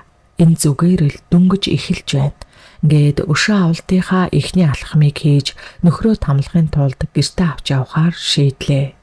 Эсүү төргөн тусламжийн машины арын бүхээгт олон жил дассан мөртлөө одоо танихын аргагүй болтлоо өөрчлөгдсөн нөхрийнхөө хажууд хөдөлгөөнгүй суув. Эмнэлгээс гэр хүртлэх энэ аялал түүнд бүтэн жил үргэлжилж байгаа мэт санагдана. Энэ бол цаг хугацааны удаашрал биш. Харин түүний доторх хүлээлт яруу байдлын илрэл байлаа. Тэр яарч байв. 20 жилийн турш тэрээр энэ хүний хөлийн чимээнээс айж, хаалга тогших дуунаас нь цочиж, архирсан хоолойноос нь бие хурааж амьдарсан. Тэрээр өдөр бүр цаг минут тутамд дараагийн цохилт, дараагийн доромжллыг айдас хүйцийн дор хүлээдэг байв. Харин одоо тэр хүлээж байлаа. Гэхдээ энэ хүлээлт нь огт өөр агаад хохирогчийн айдас биш, харин анчин олзоо хүлээх тэрхүү хүйтэн төвчээртэй баргал таашаалтай гэмээр хүлээлт ажээ. Ил хур дамнуурга дээр хүнжилт хучуулсан ч түүний нүдэл нааш цааш эргэлдэх агаад тэр зөвхөн нүдэрээ л амьд байлаа. Тэрхүү хоёр нүд нь айдас давтан бүлтгнэж машины хан, эсүүгийн нүүр, дараа нь өөрийнхөө хөдлөхгүй болсон гар руу ээлжлэн тусах ажээ. Гачлантай нь ухаан санаа нь цоо ирвэл тархин яг л хуучин шигэ хурц бас залжин хിവэрэ. Энэ нь эсүүгийн хувьд хамгийн чухал. Тархийг, тэр ухамсарыг, тэрхүү дотор нь үлдсэн боггүй ил хурд өөрөөс нь илүү хүчрхэг зүйл байдгийг мэдрүүлэхийг хүсэж байв.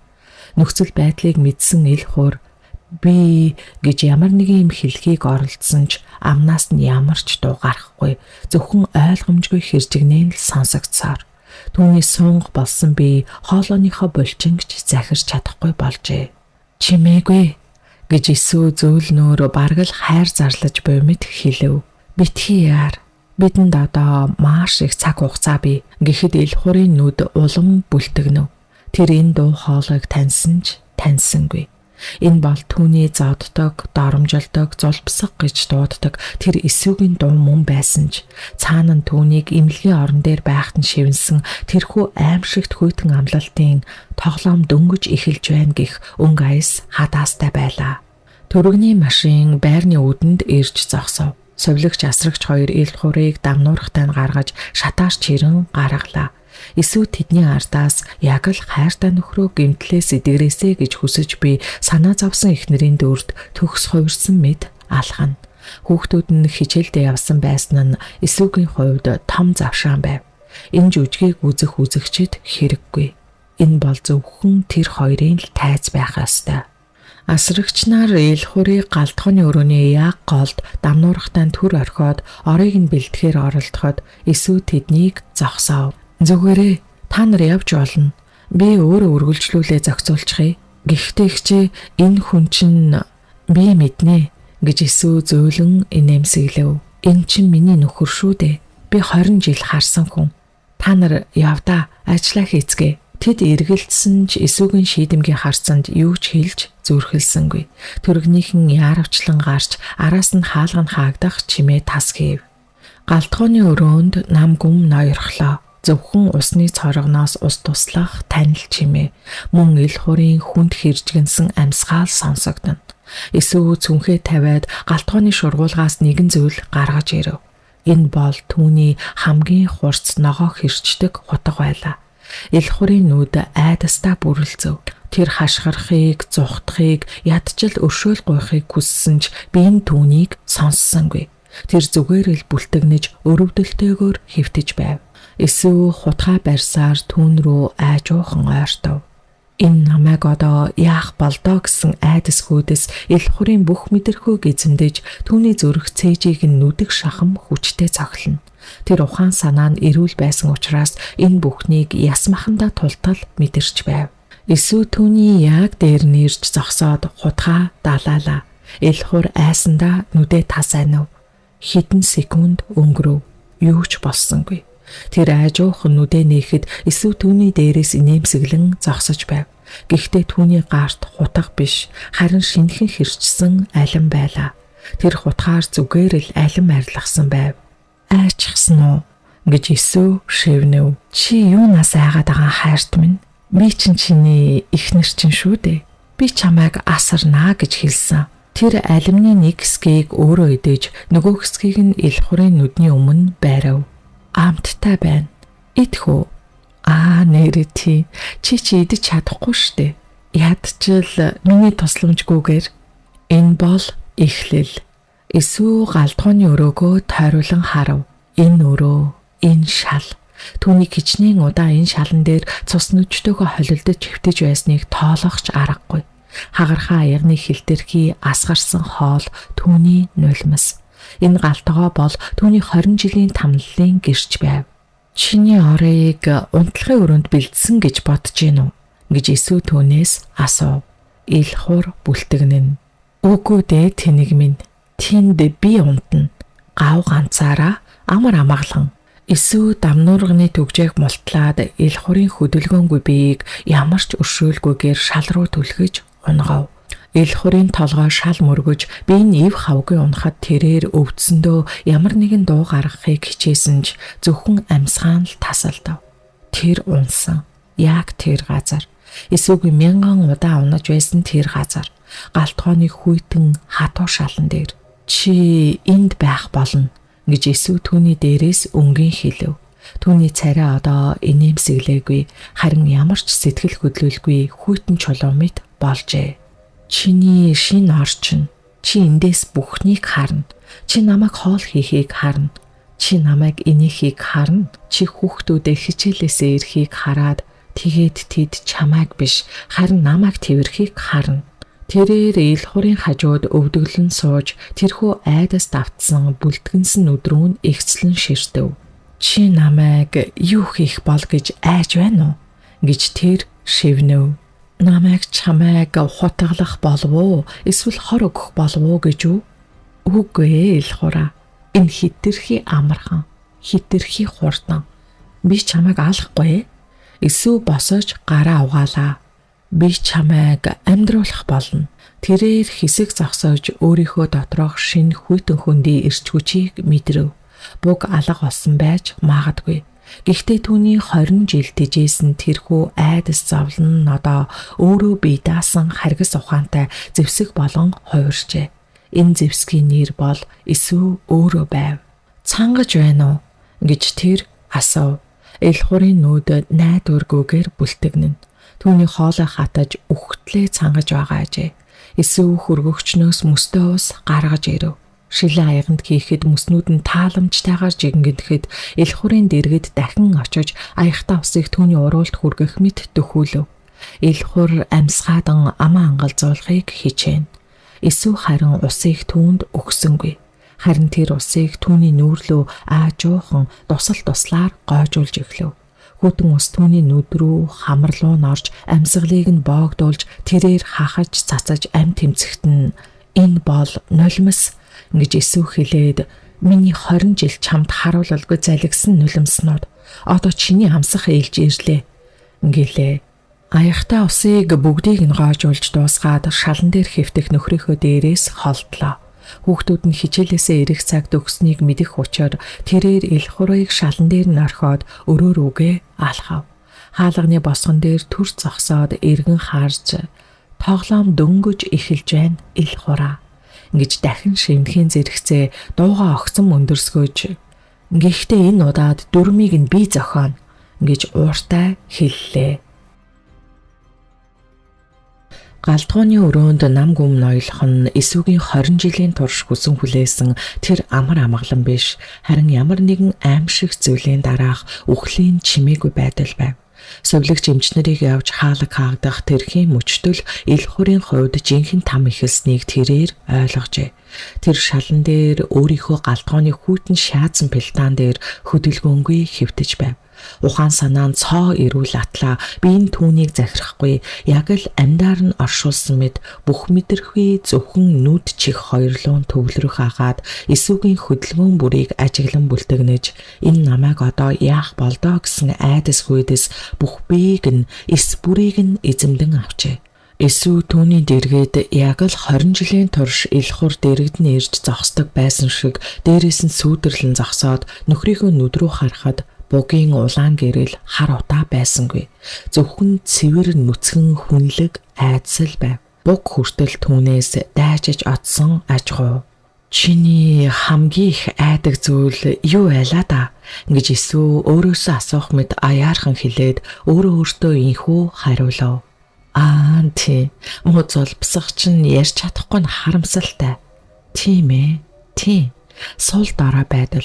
Чи намайг золбсох гэж дууддаг байсан боловч өөрөө хизээч ийм болохгүй гэдэгтээ итгэлтэй байсан. Гэтэл одоо хараач ингээд ил хурын хажууд өвдөглөн сууж нүрийг нь алган дээрээ бараг л хайрлан тавих мэт ойртов. Ил хур айсандаа нүдээ тас аниж цохилт хүлээсэн боловч Есүс зүгээр л чихэнд нь би чамайг алахгүй ил хураа. Би тийм ч амархан бууж өгөх хүн биш. Чиний намайг тамалсан шиг би чамайг асрана гэж шивнэлээ. Тэр асрана гэдэг үгийг яг л хараал хэлж буй мэд хүүтнэр хэлээд босож галтгооны шургуулгаас хүүхдийн хоолны жижигхэн халбаг гаргаж ирэв. Дараа нь хөргөгчнөөс хүүхдүүдийнхээ идэж дуусгаагүй хүүтэн будааны үлдэгдэл авав. Тэгээд ил хурын дэргэд дахин сууж халбагтай хоолыг түүний ам руу дөхүүлэнгээ. За, хооллох цаг боллоо гэхэн тэр ил хур айдас үлсгэлэн хоёрын дунд ам ангаахаас өөр аргагүй болов. Есүс түүний ам руу халбагтай бодааг хайр найргүй чихэв. Хүйтэн бас гатаж хатуурсан ямар ч амтгүй энэ хоолыг ил хур залгиж чадсангүй хахаж цацаж эхлэв. Хоолны хагас нь амнаас нь буцаж урсан эрүүгэн даган хүзүүрэн урсгад бүсгүй Уучлаарай гэж ямар ч сэтгэл хөдлөлгүй хэлээд бохир алчуураар амийг нь шудруулан ширүүн арчив. Чи залгиж сурах хэрэгтэй болж дээ. Яг л миний чиний дарамжлалыг 20 жил залгисан шиг. Дахиад ид гэж хэлээд дахин нэг халбаг чихэв. Энэ удаад Илхуур айсандаа дахин хахахгүй тулд бүх хүчээ дайжлан залгихад хоолойг нь зуран орж голыг нь тасалжих шахав. Энэ бол дуулууртай бай гэсэн түүний шинэ амьдралын анхны хичээл ажээ. Яг тэр мөчөөд үүдний хаалганы цоож эргэх чимээ гарч хүүхдүүд нь ирлээ. Эсвүүж Илхуурч хоёлаа үүнийг сонсоод таг хөшөж орхив. Илхуурын нүдэнд гинтийн найдвар гялалзаж хүүхдүүд минь намайг авраач гэж гуйх гэсэн ч хоолоо нь хөдөлсөнгүй. Ээжээ бид ирлээ гэх охиныхон дуу сонсогцоор үүдний өрөөнөөс галтгоороо орж ирээд таг зог тусаж ертөнц тэр агшинд эргчих шиг болов. Тэдний хувьд ертөнцийн төв, бурхан, айдаг атлаа шүтдэг хүчирхэг аав нь галтгооны шалан дээр аман ангайсан, нүд нь айдаст автсан, хазар ам нь хоолны үлдэгдэл шавхруунд хутгалдчихсан хөдөлгөөнгүй нэгэн биет болгон хэвтэж байх нь тэр. Харин үргэлж аймхай сул дорой бараг л агаар мэд үздэг байсан ээж нь түүний дээр яг л ялсан хатан хаамд зогсож байхыг хараад аава гэж хүүн ээрэв. Тэр энэ дүр зургийг ойлгосонгүй. Аав нь согтуу юм уу гэхэд архины үнэр алга. Аав чинь жаах ядарчихсан байна гэж эсүү тайвнаар хэлээд хүүхдүүд рүүгээ эргэж 20 жилийн амьдралдаа анх удаа тэдний өмнө айлгүйгээр инээмсэглэв. Гэвч энэ инээмсэглэл тэднийг айлгажээ. Гараа угаацгаа, хоол чин ширийн дээр байгаа гэхэд хүүхдүүд юу ч хэлж зүрхэлсэнгүй аавыгаа тойрон яг л тесрэх бөмбөг тойрч буй мэд болгоомжтой алхалж өрөөрөөгөө гүйн орцгоолоо. Илхуур сүүлчийн найдвараа алдав. Түүнийг хамгаалах хүн алга. Өөрийнх нь үр хүүхдүүд хүртэл орхижээ. Энэ өдрөөс эхлэн шин дэг журам тогтсон гэхэд болно. Өглөө болоход эсвэл сурсан дадлаараа эртлэн босож хүүхдүүдтэй өглөөний цай бэлтэнэ. Тэрээр шалан дээр хэвтэх Илхуурыг яг л хевс мэт гიშгэлэн дээгүүр нь алхаж гарна. Хүүхдүүд нь чимээгүйхэн хооллож аавынхаа хэвтэж буй зүг рүү харж ч зөрөхлөхгүй хичээлдээ явцгаана. Тэд явмагц эсүүгийн хичээлийн цаг эхэлж өглөөний минь гэж хэлээд Илхуурын нүүрэн дээр нэг аяг ус цацгаад цочин сэрнэ. Тэгэхэр нугаалгын өрөө рүү чирнэ. Угаалгын өрөө бол Илхуурын хувьд хамгийн их доромжлол. Тэрээр ирэх хүн намд алав хашдаг, бусдыг захирч тушаадаг гэдэг үзэлтэй боловч одоо тэрээр яг л нялх хүүхэд мэд энэ эмэгтэй гарт бүрэн орж эсүү түүнийг ямар ч өршөөлгүйгээр цэвэрлэхдээ хүйтэн ус ширүүн алчуураар үхтлэн зүлгэж хорсоолно. Чи намайг анх удаа хүчрхийлж байснаа санаж ин ойлгохораа гэж тэр түүнийг угааж байхдаа асуугаад хариулахгүй болохоор нь дахиад л өөртөө хариулж би үгүй гэж гуйж байсан. Гэтэл чи намайг сонсоогүй. Одоо чи үгүй гэж хэлж чадах уу? Чадахгүй штэ. Чимээгүй байц улбсаг минь гэж хэлээд түүнийг буцаан галтгооны өрөөнд шалан дээр чирсээр авчирна. Тэгээд зурагтаа асаахаагаад түнд зориулж биш, өөртөө зориулж тохируулна. Илхуурын яг дээргэд буйдангаа авчирч тавиад хүлээ ачин сууж өдрийн турш солонгос сериал үзэх бүлгөө. Энэ нь түүний үйлдэх өдрийн дараалалт ажил ажээ. Тэр инээн гихтээ маш чангаар аз жаргалтайгаар. Илхуурын хувьд тэрхүү инээд нь хутганы ирнээс ч илүү хурц байв. Тэр эсвэг хизээч ингэж инээж байхыг хараагүй. Тэр өөрөө хизээч түүнийг ингэж инээлгэж байгаагүй. Тэр эмэгтэй түүний зовлонгоор тэжээгдэн цэцэглэж байсан билээ. Цангаж байна уу гэж тэр сериал дундуур гинт асуув. Илхуур бүх хүчээ дайжлан нүдэн айжуухан анивчхад одоохон гэж эсвэг хэлээд босож аяган дус хийж авч өгнө. Тэрээр Илхуурын дэргэд сууж усыг уруулах нь өмнө бариад Илхуур амаа ангалзуулан усыг уух гэж тэмүүлэхэд эсвэг аягыг буцаан татна. Уучлаарай, би мартчихсан байна. Гүчи чи ууж чадахгүй штэ гэсээр тэрхүү хүүтэ усыг түүний нүдний өмнө аажуухан таашаалтайгаар ууж дуусгаад амттай юм аа гэхэд Илхуурын нүдэнд цөхрөл бас үзэн ядалт дүүрнэ. Энэ бүхэн өрнөхөд тэр эсвэг үзэн ядаж байв. Гэхдээ түүнээс ч илүү өөрийгөө үзэн ядаж байлаа. Өдрүүд 7 хоног болон хувирав. 7 хоногуд сар болов. Илхуур турж эцэж яс арс болж нүдэнд гүн хонхов. Тэр зөвхөн амьд үлдэх төдийл Иесугийн түүнд өгөх тэрхүү амтгүй хүйтэн зутангаараа л гол зогоож байв. Харин Иесүү өнгө орж байлаа. Түүний нүүрний хөхнээс арилж арьсан гэрэлтэж нүдэнд нь гэрэл ассан байв. Тэрээр өшөө авалтаар хооллож байв. Гэвч энэ хоол түүнийг цатахаасаа илүү хордуулж эхэлснийг тэр өөрөө анзаарсангүй.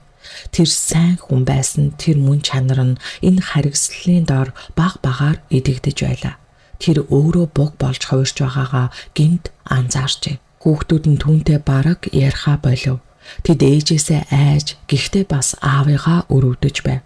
Тэдний ертөнцөд аав нь мангас байсан бол одоо ээж нь мангас болжээ. Нэгэн бороотой орой Иесүү Илхуурт оройхон зоогийг барьж байлаа. Сар гараа үргэлжилсэн энэ тамлал түүнийг яг л автомат мэд болгожээ. Тэр халбахтаа зутанг түүний ам руу чихэж байтал Илхуурын зүүн гар хуруунууд нь тэд үл ялэг чичирхийлэхэд Иесүү халбгаа унгав. Халбах шалан дээр унах чимээ нам гүмгэрт буун дуу мэд хадав. Иесүү Илхуурын өдрөө харахад Илхуурч мөн өөрийнхөө гар руу үл итгэсэн айсан харцаар ширтэж байв. Тэр мэдээ орж эхэлж байгааг мэдээд Иесүүгийн зүрх хүйт даалаа. Түүний өшөө авалт, түүний амар амгалан дуусах гэж юу? Түүний торны хаалга нээгдэж араатан нь эргээд гарах гэж юу гэж бодоод гинтхэн сургуулийн тухай, тэрхүү хачин боловч бодит мэдзүүднийхээ тухай бодов. Буг үхээгүй. Тэр зүгээр л эзнийхээ биед нуугдсан. Одоо тэр сэрж эхэлж байна. Илхуур Иесүүгийн нүдэндх аимшиг цочрлыг харав. Энэ мөчөд тэрээр өөрийнхөө бяцхан хөдөлгөөнийг тэр даруй нууж дахин хөдөлгөөнтэй өрөвдөлтөд үрдээ оров. Гэхдээ оройтсан байлаа. Иесүү харчихсан. Тэр шөнө Иесүү унтаж чадсангүй. Түүний өшөө авалт дууссан уу? Үгүй. Энэ зүгээр л түүнийг түр тайвшруулсан аж. Одоо тэр яах ёстой вэ? Илхуурыг сэргэх тусам нь дахин зодох уу? Тэгвэл түүнээс ялгарах юу байх вүлээ? Химэн анх удаа энэ бүх хугацаанд өөрийнхөө хийж буй зүйлд эргэлзэж эхэлжээ. Галтгооны өрөөний аимшигт намгүн байдлыг зүгээр л нэг халбах шалан дээр унах чимээ эвдэхэд Иесүү Илхуур хоёрын хувьд буун дуунаас ч илүү чанга, илүү аимшигтай сонсогдлоо. Иесүү өөрийнхөө барьж байсан халбахыг биш, харин Илхуурын зүүн гарыг ширтэн хөшжээ. Халбахтай зутанг түүний ам руу чихэж байх тэр мөчөд түүний хуруунууд нь үл ялэг чичирхийлсэн байдлыг. Энэ бол үхэж буй булчингийн таталт биш, харин амьдрал эргэн ирж буй удирдлагатай хөдөлгөөн байв. Тэр харснаас илүү хамгийн аимшигтай нь Илхуурч мөн түүнийг харж байхыг харсанд хэргийн учир явдал оршиж авав. Тэрхүү ганцхан агшинд тэдний хоорондох бүх зүйл өөрчлөгдөж Иесүүгийн сүүлийн хэдэн сарын турш мэдэрсэн үнэмлэхгүй ялалт, Бурхны мэд хяналт, өшөө авалтын амт энэ бүхэн яг л цонхны цан хэрүү агшин зур хайлах мэд ууршин алга болж оронд нь танил, хүйтэн бүхнийг эзэмдэгч айдас эргэн ирхэн тэр. Торны хаалга нээгдэж араатан сэрэхэд Илхуурын нүд тэр даруй өөрчлөгдөж хурууных нь хөдөлгөөнийг Иесүү анзаарсан тэр мөчөд түүний нүдэндх би бол өрөвдөлтөй хохирогч гэсэн дүр арилж оронд нь чи баригдлаа гэсэн шинж илэрч ямар нэгэн зэрлэг баяр баясгалан гэрэлтэх шиг болжээ. Тэр өөрийгөө эдгэрнэ гэдгээ баттай мэдснийх тэр буйзаа. Иесүү ухаарч шалан дээр унсан халбаг асгарсан зутангааж үлтоон галтгооны өрөөний нөгөө булан руу арай ядан ухарч хан налаа зогсоход зүрх цээжийг нь дэлдэж амьсгал нь төрөгсөв. Энэ үед Илхуур нэгийг санаа бололтой хөдөлгөөнгүй болж өнөөхөл өрөвдөлтөө айсан бүлтгэнсэн харцаа эргүүлэн авчирч яг л юу ч болоогүй юм шиг харин ч эсэргээрээ Иесүүгийн гинтийн уур хилэнгээс айсан мэд дүр эсгэн хөвтөх ажгав. Шин тоглоом эхлүүлж илүү аюултай тоглоом руу хувирч буйн тэр ажээ. Тэр шөнө Иесүү унтаж чадсангүй. Унтлагынхаа өрөөний хаалгыг түгжиж Илхуур хөдөлж чадахгүй гэдгийг мэдсээр байсан ч орон дээрээ чичирсээр хэвтэв. Өшөө авалт, харгисгүйтэн байдал өөрийг нь идэж эхэлж буйг сая л анзаарч орхисон билээ. Бодоод байх нэ яг л Илхуур шиг болж хувирч бусдын зовлонгоос таашаал авдаг, хяналтаа алдхаас үхтлээ айдаг нэгэн болсон байв. Гэхдээ түүний доторх сайн хүний мөн чанар нь энэ бүхнийг үргэлжлүүлэхэд нь саад болж дотроос нь зулгааж эхэлж байгаа нь энэ ажээ. Тэр Илхуурыг тамлаж байхдаа сэтгэл ханамж авч байсан уу гэвэл тийм. Үүнийгээ ч хүлээн зөвшөөрөхөөс өөр аргагүй. 20 жилийн зовлонгийн дараа түүнийг хүчгүй, арчаагүй байдалтай харах нь сүнсний шархыг нь ангаах мэт байсан чинь одоо тэр шарх ангаагдаагүй, харин эдэлснийг хилээд өгөх шиг болоход хүүхдүүдээ харав. Гэтэл өнгөрсөн хэдэн сарын хугацаанд гэр бүлээ жинхэнэ утгаараа сүнсний хорих газар болгосон байв. Хүү охин хоёр нь хичээлээсээ ирээд ээжийнхээ нүд рүү харж зөрөхлөхгүй, аавынхаа хэвтэж буй шалан дээр гიშгэхээс айсан мэд өлмийн дээрээ чимээг өхөн алхаж өрөөндөө ороод хаалгаа төгжиж ээжтэйгээ ярихаач болж инээхээж болчихжээ. Гэрээс нь инээд хөөр уур хилэн бүхэл амьд мэдрэмж алга болж зөвхөн айдас гүйдэс чимээгүй ноёрхжээ. Тэд ааваасаа айхаа болсон ч одоо ээжээсээ айдаг болсон байв. Энэ нь жинхэнэ асуудал гэдгийг мэдэх тул эсвэл энэ удаа бугийг ялсан байж болохч тэрхүү ялалтынхаа төлөө хүүхдүүдийнхээ сүнсийг чөтгөрт худалдаж байгаагаа ойлгосон аж ахуй. Түүний өшөө авалт, түүний уур хилэн аажмаар замхарч оронд нь гүн хүнд харамсал бас ядаргаа нүмерсэн учраас энэ бүхнээс залхаж зүгээр л дахин ээж болохыг хүссэн юм. Тийм учраас дараагийн өдрөөс бүх зүйл өөрчлөгдөж, эсвэл эл хорийн нүүрлүү ус цацсангүй, хүүтэн усаарч угаасангүй, дээгүүрнж гიშгэлсэнгүй. Хүүхдүүдээ хичээлдээ явсны дараа эл хорийн дэргэд ирж арай ядан өргөж, хуучин тоос дарагдсан тэрэгэнцэр дээр суулгав. Энэ тэрэгэнцрийг эмнэлгээс авчрахдаа өөрийнхөө ялалтын баталгаа болгон буланд хадгалж байсан юм. Одоо энэ нь түүний бууж өгөлтийг илэрхийлж байлаа. Ил хурч гэсэн гайхсан нүдээр ширтэж юу олов, шин тамлалт уу гэж бодох зуур эсвэл түүнийг цонхны дэргэд аваачиж тавив. Нарны гэрэл олон сарын дараа анх удаа түүний нүүрэн дээр тусгад ил хур нүдэ онилгож гадаах ертөнцийг, амьдралыг таатаая харав. Чи эндэ байж вэ гэж эсвэл товчхон хэлээд түүнд нэг аяга бүлээн ус уулгав. Энэ удаад жинхнээсээ түүнд хандсан нь илт. Өдөржин юу ч ярьсангүй, зурагт ч үзсэнгүй, зүгээр л гэрээ цэвэрлэж хоолоо хийв. Гэхдээ түүний хөдөлгөөн бүрд нэг л тайван шийдсэн өнгө аястай болж уур нь гарч доторх сайн хүн нь эргэн иржээ. Ил хурийн хувьд энэ нь усгүй хоолгүй байснаас ч илүү аимшигтай тамлалт байв. Юу гэвэл ойлгомжгүй байдал. Тэр эсвэг уурлаж хашгирч өшөөгөө авч байхад нь ойлгож байв. Тэр өөрөө яг тийм хүн учраас. Гэтэл энэ юу вэ? Энэ чимээгүй байдал. Энэ инрэл гээч нүү химэн үл итгэсэн байдлаар эсвэг өдрөөс өдөрт ажигласаар л. Эсвэг түүнийг цэвэрхэн хувцлаж, цагт нь хооллож ундлана. Гэхдээ яг л гэрийн тэжээвэр амтан эсвэл цэцэг усалж байгаа юм шиг. Түүнтэй ярихгүй, нүдрүүнж харахгүй. Учир нь эсвэгийн хувьд ил хур үхсэн. Түүний доторх араатан үхэж одоо зүгээр л түүний хүүхдүүдийн эцэг гих хоосон саваар нь үлдээжээ. Тэр энэ савыг арчилахад бэлэн болж сургуулийн зүүдэндээ хэлсэн шиг тэр хохирогчоо дайчнаач болж зүгээр л нэгэн уйтгартай асрагч болон ховров. Гэвч ил хур үхээгүй боловч эсвэгийн инрэл түүнийг эдгэж байв. Түүний доторх буг биш, харин түүний бие махбод өөрөө хүн болохоор тэмцэж эхэлсэн ажээ. Эхлээд зүүн гар нь мэдээ орж, дараа нь баруун хөл нь мэдээ оров. Тэр эсвэг байхгүйд шүн бүр хүүхдүүдээ унтсан хойно тэрэгэнцэр дээрээ суугаад шүдээ 100 байж хөдөлгөөн хийн. Тэр өвдөлт бүрийг твчиж булчингаа дахин захирч сурч байсан ч үүнийгээ эсвэгээс сайтар нуун. Тэр өөрийнхөө сэргэлтийг хамгийн том нууц болгон хадгалж байв.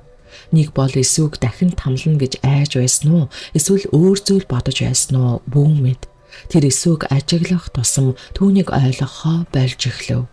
Энэ нэмэгтэй яагаад түүнийг алсангүй вэ?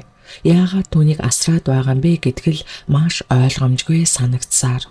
Өдөр хоног араасаа өнгөрсөөр бараг 1 жил болох төгчээ. Энэ хугацаанд ил хур биеийнхээ дээд хэсгийг нилээд сайн хөдөлгөж чаддаг болсон байв. Гараа өргөөж халбах барьж чадна. Гэхдээ тэр эсвэгийн дэргэд үргэлж мдээгүй мэд хуруугаач хөдөлгөж чадахгүй мэд жүжиглэхээ мартсангүй. Тэр ил хур шүү дээ. Нэгэн өдөр эсвэг түүнийг сонхны дэргэд суулгачаад өөрөө хүүхдүүдийнхээ хувцсыг эндүүдэж зогсов. Гэр нам гүм чимээг оргиж энэ байдал эсвэг тайвшруулдаг болсон байлаа. Түүний уур хилэн намдаж өшөө хорслон хаашаа ч юм алга болж оронд нь сэтгэл санаа засарч зүрхэн зөөлөрчээ. Тэр бараг л нөхрөө уучлж эхэлж байв. Үгүй, яг ч уучлал биш. Зүгээр л түүнийг тоохоо болсон. Ус гэж хин нэгэн хэлэх шиг болоход Есүс цочин эргэж барьж байсан эндүүгээ унгаах шахав. Илхуур хилд орж ярьж эхэлжээ. Сүнг хахирсан бараг сонсогдохгүй хэдийж тэр ярьсан билээ. Есүс түүн рүү хэдэн секунд гацаж ширтснээ аяхтаа ус авчирч өгөв. Илхуур чичирсэн гараараа аягыг авч шуналтайгаар баярлалаа гэхэд Есүс юу ч хэлсэнгүй.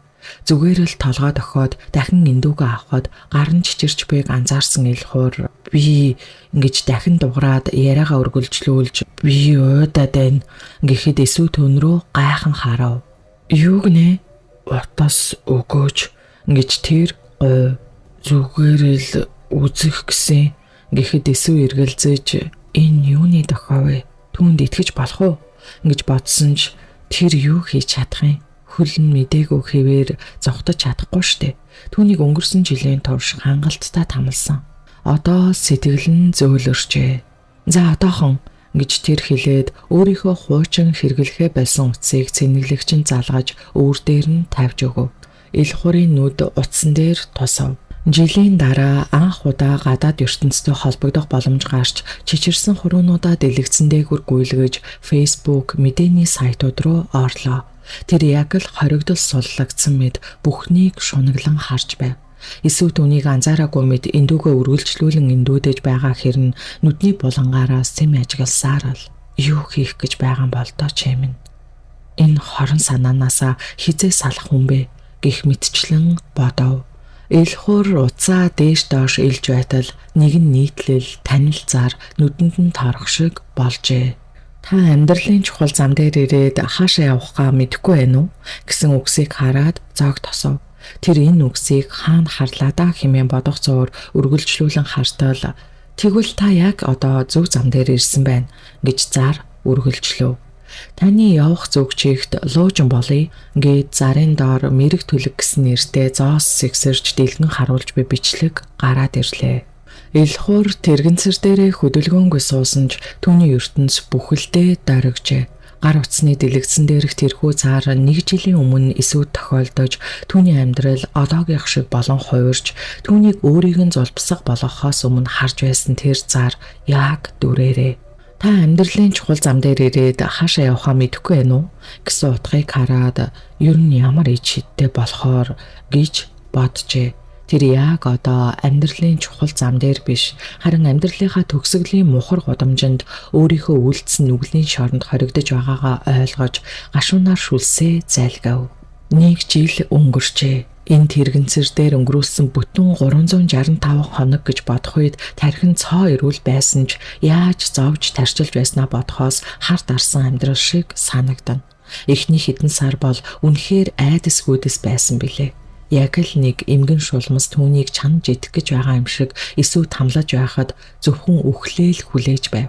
Түүнийг хооллохдоо, усанд оруулахдаа, цэвэрлэхдээ Есүсийн нүдэнд гялцах, хүйтэн сэтгэл ханамжтай харсан түүнийг бугаас ч илүү айлгаж байсан юм.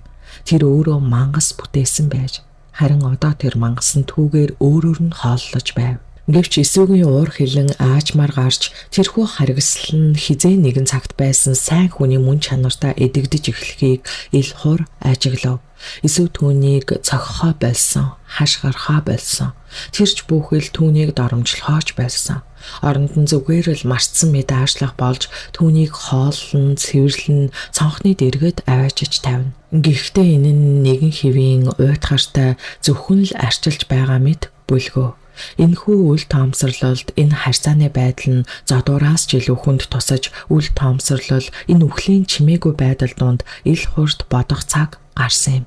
Тэрээр турж ицсэн нүднээс гарч өөрийнхөө хэн байсныг юу хийснээ эргцүүлэхээс өөр юу ч хийж чадсангүй. Тэр Есүс гэргэж санахыг оролдохдоо түүний зоддог байсан тэр эмэгтэйг биш, харин анх танилцж байсан тэр гинэн нэмсгэлсэн охиныг бодоход яаж яваад ийм хүйтэн харгас асрагч болон ховров гэдгэл түүнийг алж орхив. Би гэж тэр дотроо шивнэж ихэд зэвүүнээр би л түүнийг ийм болгосон. Түүний гэрлийг авч оронд нь өөрийнхөө харанхуйг үлдээсэн. Хэмээн бодох үед өнгөрсөн он жилүүд өмнөөрн жирэлзэн урсаж хичнээн олон жил эсвэг зовоосноо бодож үйлдсэн нүгэлдээ харамсаж эхлэв. Энэ бол бугийн нөлөө эсвэл эсвэгийн толны цохилтоос үлдсэн айдас биш, харин бүхнээ алдаж ёроол дунсан хүний жинхэнэ гүн гэмшил байлаа. Дараа нь өөрийнхөө хүүхдүүдийг бодов. Тэд хэрхэн түүнээс айж, одоо ээжээсээ айж байгааг бодоод хэрхэн гэр бүлээ устгаснаа гүн гүнзгий мэдэрч ойлгосон учраас магадгүй одоо тэр энэ зарыг харж байгаа байх. Мэрэг төлөг гэх энэ зар л түүний сүүлчийн найдвар болж хувирахуд зовлонгийн эхлэл эсвэл түүний цорын ганц аврал байж болох хүн байх гэж бодов. Учир нь тэр эсвэг яаж өөрчлөгдсөнийг, тэр шүн юу болсныг ойлгохгүй байсан ч энэ бүхний ард ер бусын хүч байсныг тэр мэдэж байв. Тэрхүү хүчтэй нүүр тулах хэрэгтэй хэмээн шивнээд угийн шийдэмгийн зангаараа утсан дээрх холбогдох гэсэн товчлуур дээр чичирсэн хуруугаараа дарлаа. Дараагийн хэдэн өдөр Элхор эсвгээс юу ч гуйсангүй, зүгээр л хүлээсэн байдалтай байхаагаад өөрийнхөө ээлжийг хүлээж эсвгийн сэтгэл зөөлрсөн тэрхэн хормыг анчин муур шиг отож байв. Нэг жилийн турш түүнийг тамалсан эсв одоо түүнийг хараад уурлахаа болсон байв.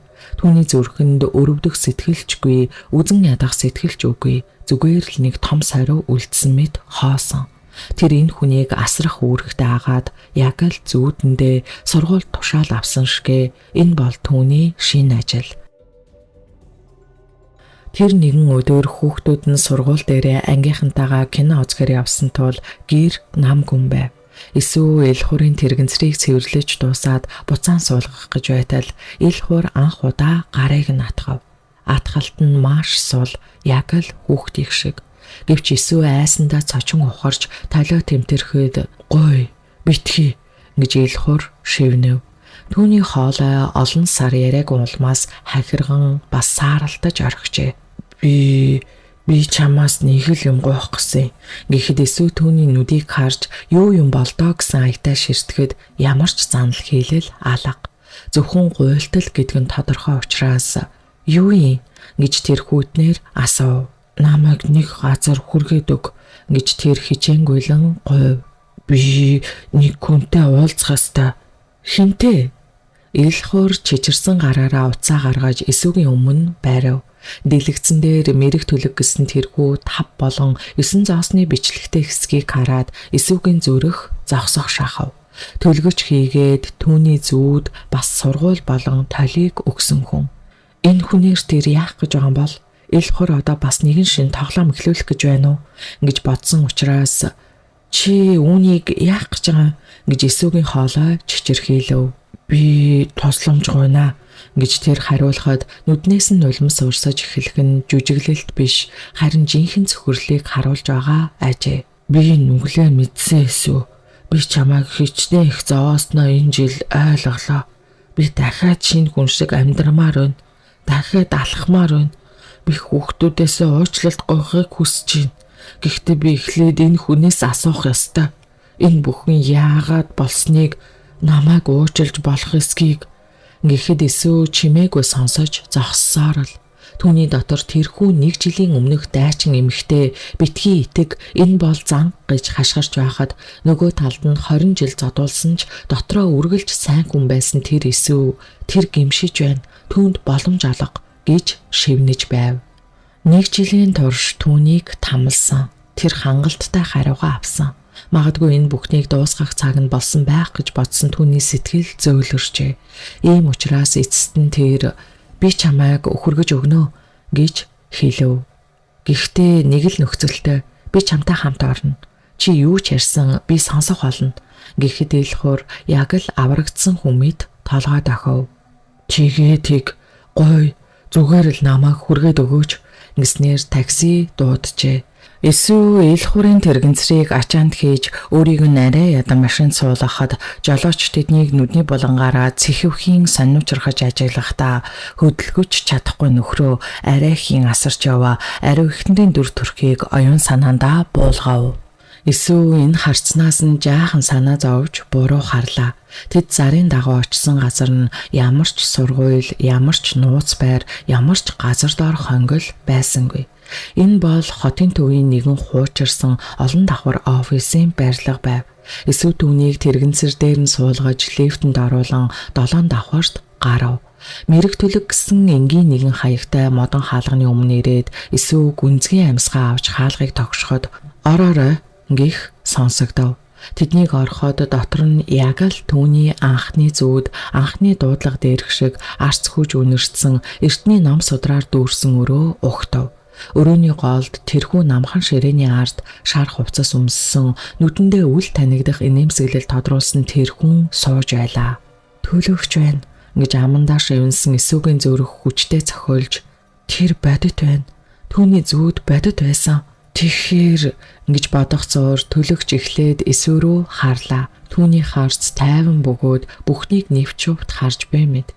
Гэвч түүний харцанд таньсан шинж, сургуулийн сурагчаа харсан багшийн харц юур байсангүй. Тийм учраас эсвэг яг л анх удаа харж буй үйлчлүүлэгч мэд ухтав. Эсвэгийн зүрхэнд ямар нэгэн зүйл тасрах шиг болов. Тэр намайг танихгүй юм штэ. Тэгэхээр сургууль, цурай, бүдэг энэ бүхэн зүгээр л миний тархины зохиосон зүүд байсан хэрэггүй. Энэ хүн зүгээр л нэг мэрэгч үү? Гэхүү дотор уур хилэн буцалж эхлэв. Лойрчин. За, гэж төлөгч тайвнаар хэлээд тэрэгэнцэр дээр суух ил хурлуу харцаа шилжүүлв. Та хоёрт юу тохиолдов? Ил хур шүдэ зүүн бүх хүчээ дайчлан байж ярьж эхлэв. Тэрээр богийн тухай, эсүүгийн ич хідийн хүчний тухай хэлсэнгүй. Тэр зүгээр л үннээ хэлээд эцэст нь би ихнэрээ зовоодог байсан гэж тэр хэлэхэд эсүү цочирдов. Би түүнийг 20 жил таамалсан. Би ар атан байсан. Тэгээд 1 жилийн өмнө цус харавсан. Намайг тэнгэр гисгэсэн байх. Одоо би ингээд хүний хог шаар болсон. Гээд өөрийгөө зүхээд төлөвч рүү найдваргүй харцаар ширтэв. Би нүглээ ойлгосон. Би үнэхээр харамсаж байна. Гэхдээ би хүүхдүүдэд дахин нэг удаа тэрвэрмээр байна. Хөл дээр босхийг хүсэж байна.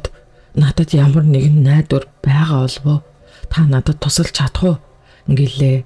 Энэ үед эсүү өрөөний болонд чимээгүй зогсно. Түүний нүүр улааж бухимдал нь хурж байлаа. Энэ хүн төлөгч бүхнийг мэдэж байгаа. Тэр эсүүг сургуульдаа сургасан. Эсвэл эсүү тэгж зүудэлсэн. Тэр эсүүд тойл өгсөн. Гэтэл одоо юу ч болоогүй юм шиг юу ч мэдэхгүй царайлжсан. Бас л нэг лойрчин.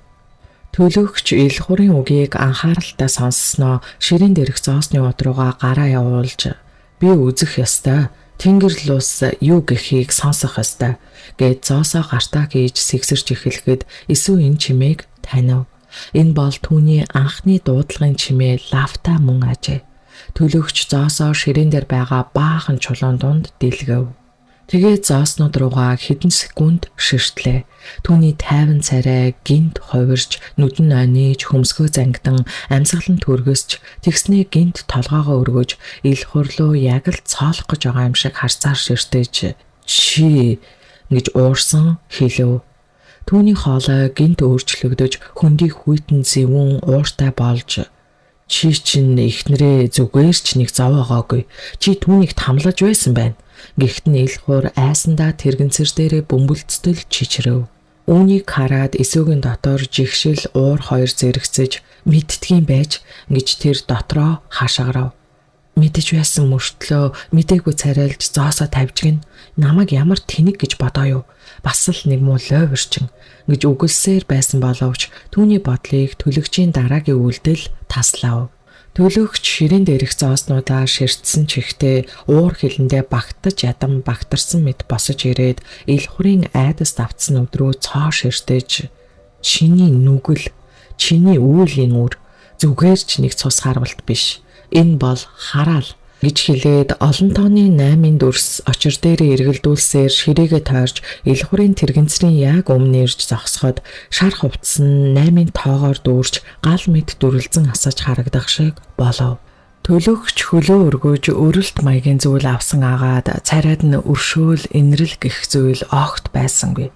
Харин ч эсэргээрээ олон жилийн турш хуримтлагдсан бузар булааг цэвэрлэх гэж буй догшин сахиус мэд хилэн тодорхойд эсвэл болооч гэж хашгирах гэсэн боловч дуун гарсангүй хоолой дээр нь гацлаа. Нүднийх нь өмнө нэгэн цагт өөрийг нь сургуульд сургаж сэтгэлийнх нь хүчийг нээж өгсөн гэж тэр итгэж байсан. Тэр хүн мэрэгэн хүн одоо зүгээр л нэг гудамжны танхаа этгээд чиг харагдаж тахир дутуу тэрэгэнцэр дээр хөлөөлж баглуулсан мэт хүнийг өшгөлөх гэж байна шүү дээ хэмээн бодож амжаагүй байтал таск хийгээд л явчихав. Төлөгчийн хүнд гутал ил хурын мдээгүй болсон зүүн шилб рүү хүчтэй бууж зэрэмдэг ир хөлөө мэдрэхгүй байсан хэдийж цохилтын хүч биеийг нь тэр чигтэн дөргөөж тэрэгэнцэр дээрээсээ унах шахав. Тэр өвдөлт мэдрээгүй ч айдас мэдрэв. Үхлийн айдас мэдрэх үед чи ихнэрээ ингэж өшгөлдөг байсан уу гэж төлөгч уурлаад дахин нэг удаа өшөглөв. Энэ удаад баруун өвдөг нь тас гэдэл явчихад чи түүнийг ингэж өвдөглөж ингэж гიშгэлдэг байсан уу? Химээхэд илхүр ёолон гинт дуу алдав. Тэр мдээгүй хөлөөсөө өвдөлт мэдрвүү эсвэл зүгээр л айсан даа юу гэмээр тэрэгэнцрийнхээ бариулаас зуурч нүд нь аягнаасаа бүлтрэх шахаж өрөвдөлтөөгөр бүлтэлцгэд эсвэл хараад тэсэж чадсангүй. Та болооч тэр чи өвчтөе хүн шүү дээ. Та чи ямар гэгчийн эмч, ямар гэгчийн төлөгч нь вэ? Та зүгээр л нэг зэрлэг амтан байна гэж хашгираад төлөгч рүү дайрах гэтэл төлөгч түүн рүү нэг гараа өргөн цаашаа бай гэж зандрав. Түүний хаарц эсүүг байранд нь хадаж орхох шиг болж би юу хийхээ мэдэж байна гэсэн хүйтэн агаад зэвүүн оч гэлсгээж байхууд туслаарай, цагдаа дуудаарай ингэж ил хуур хамаг чадлаараа орлоод эсүү рүү гараа сунгаж эсүү намайг авраач дээ, энэ галзуу солиотой хүн намайг алах нь байна химэн бархирав. Энэ дүр зураг эсүүгийн доторх луурчин гэсэн бодлыг улам бататгав. Тэр үнэхээр л нэг муу луурчин дээр ирж мэддэг юм байж огт мдээгүй царайлж зоосоо тавьж гин. Тэгээд одоо хараал хариулж байна гэдэг нэрийдлэр өөрийнхөө уур бухимдлыг гаргаж дахир дутуу хүнийг зодож байна. Эсвэл цүнхнээсээ уцаа гаргаж ирэхээр тэмтрэв. Тэр цагдаа дуудах ястай. Гэтэл төлөгч ил хурын орилгыг сонсоод улам уурссан мэт ширээн дээр байсан тоос болсон хууч алчуурыг шүүрэн авч ил хурын ам руу чихэж орхиод дуугүй баймуу навш минь чиний орилгыг хинч сонсох ёсгүй. Яг л ихнэрийн чи ойрлохыг хинч сонсдоггүй байсан шиг химээхэд ил хурын ам таглагдаж зөвхөн бөхчм дуул гарах боллоо. Хөөр хилэлтэй эрийн нүднээс нулимс асгарч айдсан туйлдаа хүрэх алдад төлөгч гүнзгий амьсгаа авч баруун хөлөө хойш дайлуулж бэлтлээ.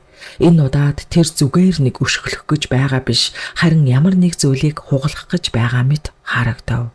Энэ бол чиний төлбөр химээгээд өшгөлөхөд чимээ нь яг л хуурай мод хугарах мэт эсвэл хөлдөө мөс бутрах мэт тэрхүү зэвүүн чахрах чимээ офисын өрөөгөөр нэг цуурайтаж ил хурын баруун хөл сонин өнцгөр мөрийж харагдахад эсвэл дуу алдан нүдэ дараад хугалчихлаа штэ, миний нөхрийн хөлийг хугалчихлаа.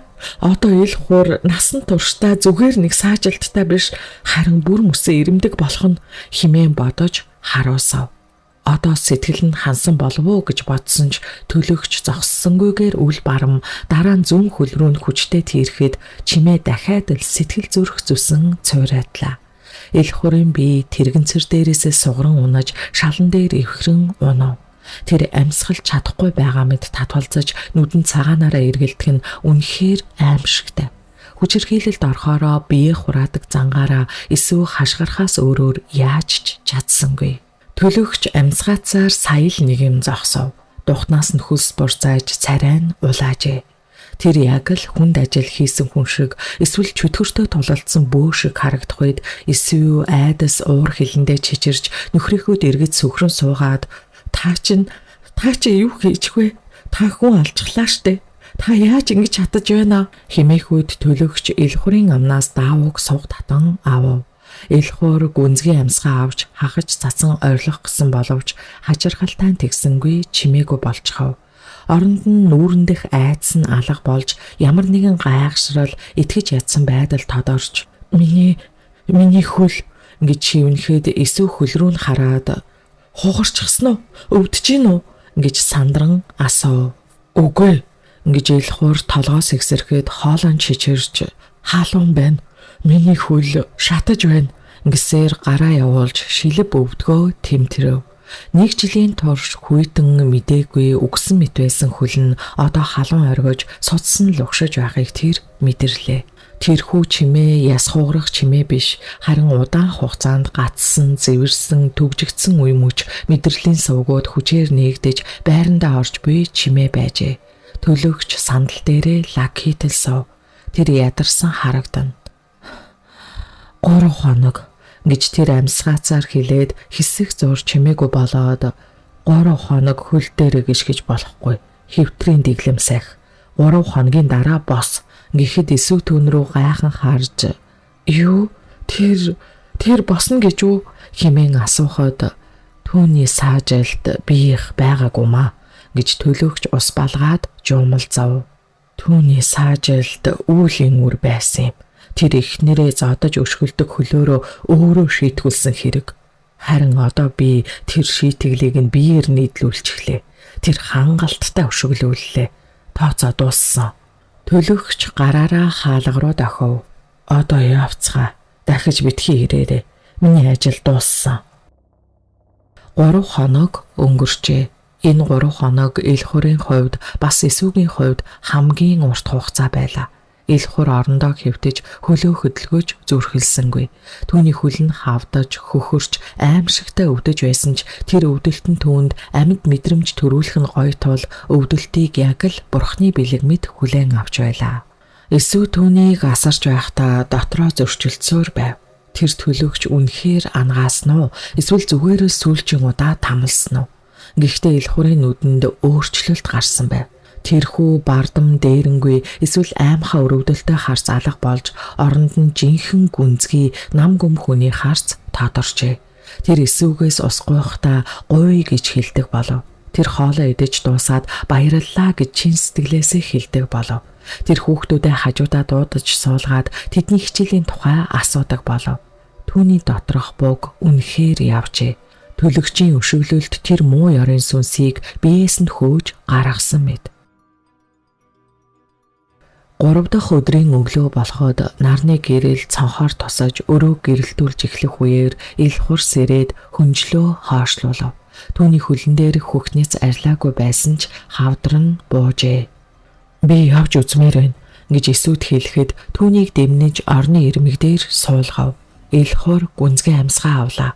Тэр 2 гараараа орны дэвсгэрээс тулж хөлөө шалан дээр тавихад шалан дээр хүйтэн мэдрэмж таахын аргагүй гой байсан агаад үүнийг л мэдрэх гэж учиргүй яарсан байв. Үүний дараа тэр аажуухан жингээ хөл дээрээ төвлөрүүлэхэд өвдгөн чичирч сул дорой байсан ч түүнийг дааж байх нь гайхамшигтай. Тэр шүдээ 100 дээшээ үндэв. 1 см, 5 см гэсээр тэр босож байлаа. Харин эсв түүнийг унахад барьж авахд бэлэн зогсож байсан ч хүрсэнгүй. Илхур өөрөө юу хийх ёстойгоо сайн мэдэж байв. Эцэст нь тэр цэх зогсов. Бүтэн 1 жилийн дараа тэр дахин хөл дээрээ зогсоод хайртай эсвэр үгээ тааламжтай харлаа. Тэдний харц мөргөлдөхөд энэ удаад дээрээс доош харсан дээрэнгүй харц биш, доороос дээш харсан аймхаа харцаач биш. Ижил тэв тэгш нэг төвшөнд нэг нэгнээ харж байсан агаад "Эсүү" гэж Илхур шивнэхэд нүднээс нь нулимс сад тавьж намайг уучлаарай. Энэ удаагийн уучлалт гуйлт нь амиа аврах гэсэн жүжиг биш, бас бугийн зайлмих биш байв. Энэ бол түүний зүрх сэтгэлийн гүнээс гарсан жинхэнэ намжлал ажээ. Хүүхдүүд нь үүдний өрөөнд зогсож энэ бүхнийг харж байв. "Ааваа" гэж хүүн итгэж ядан асуув.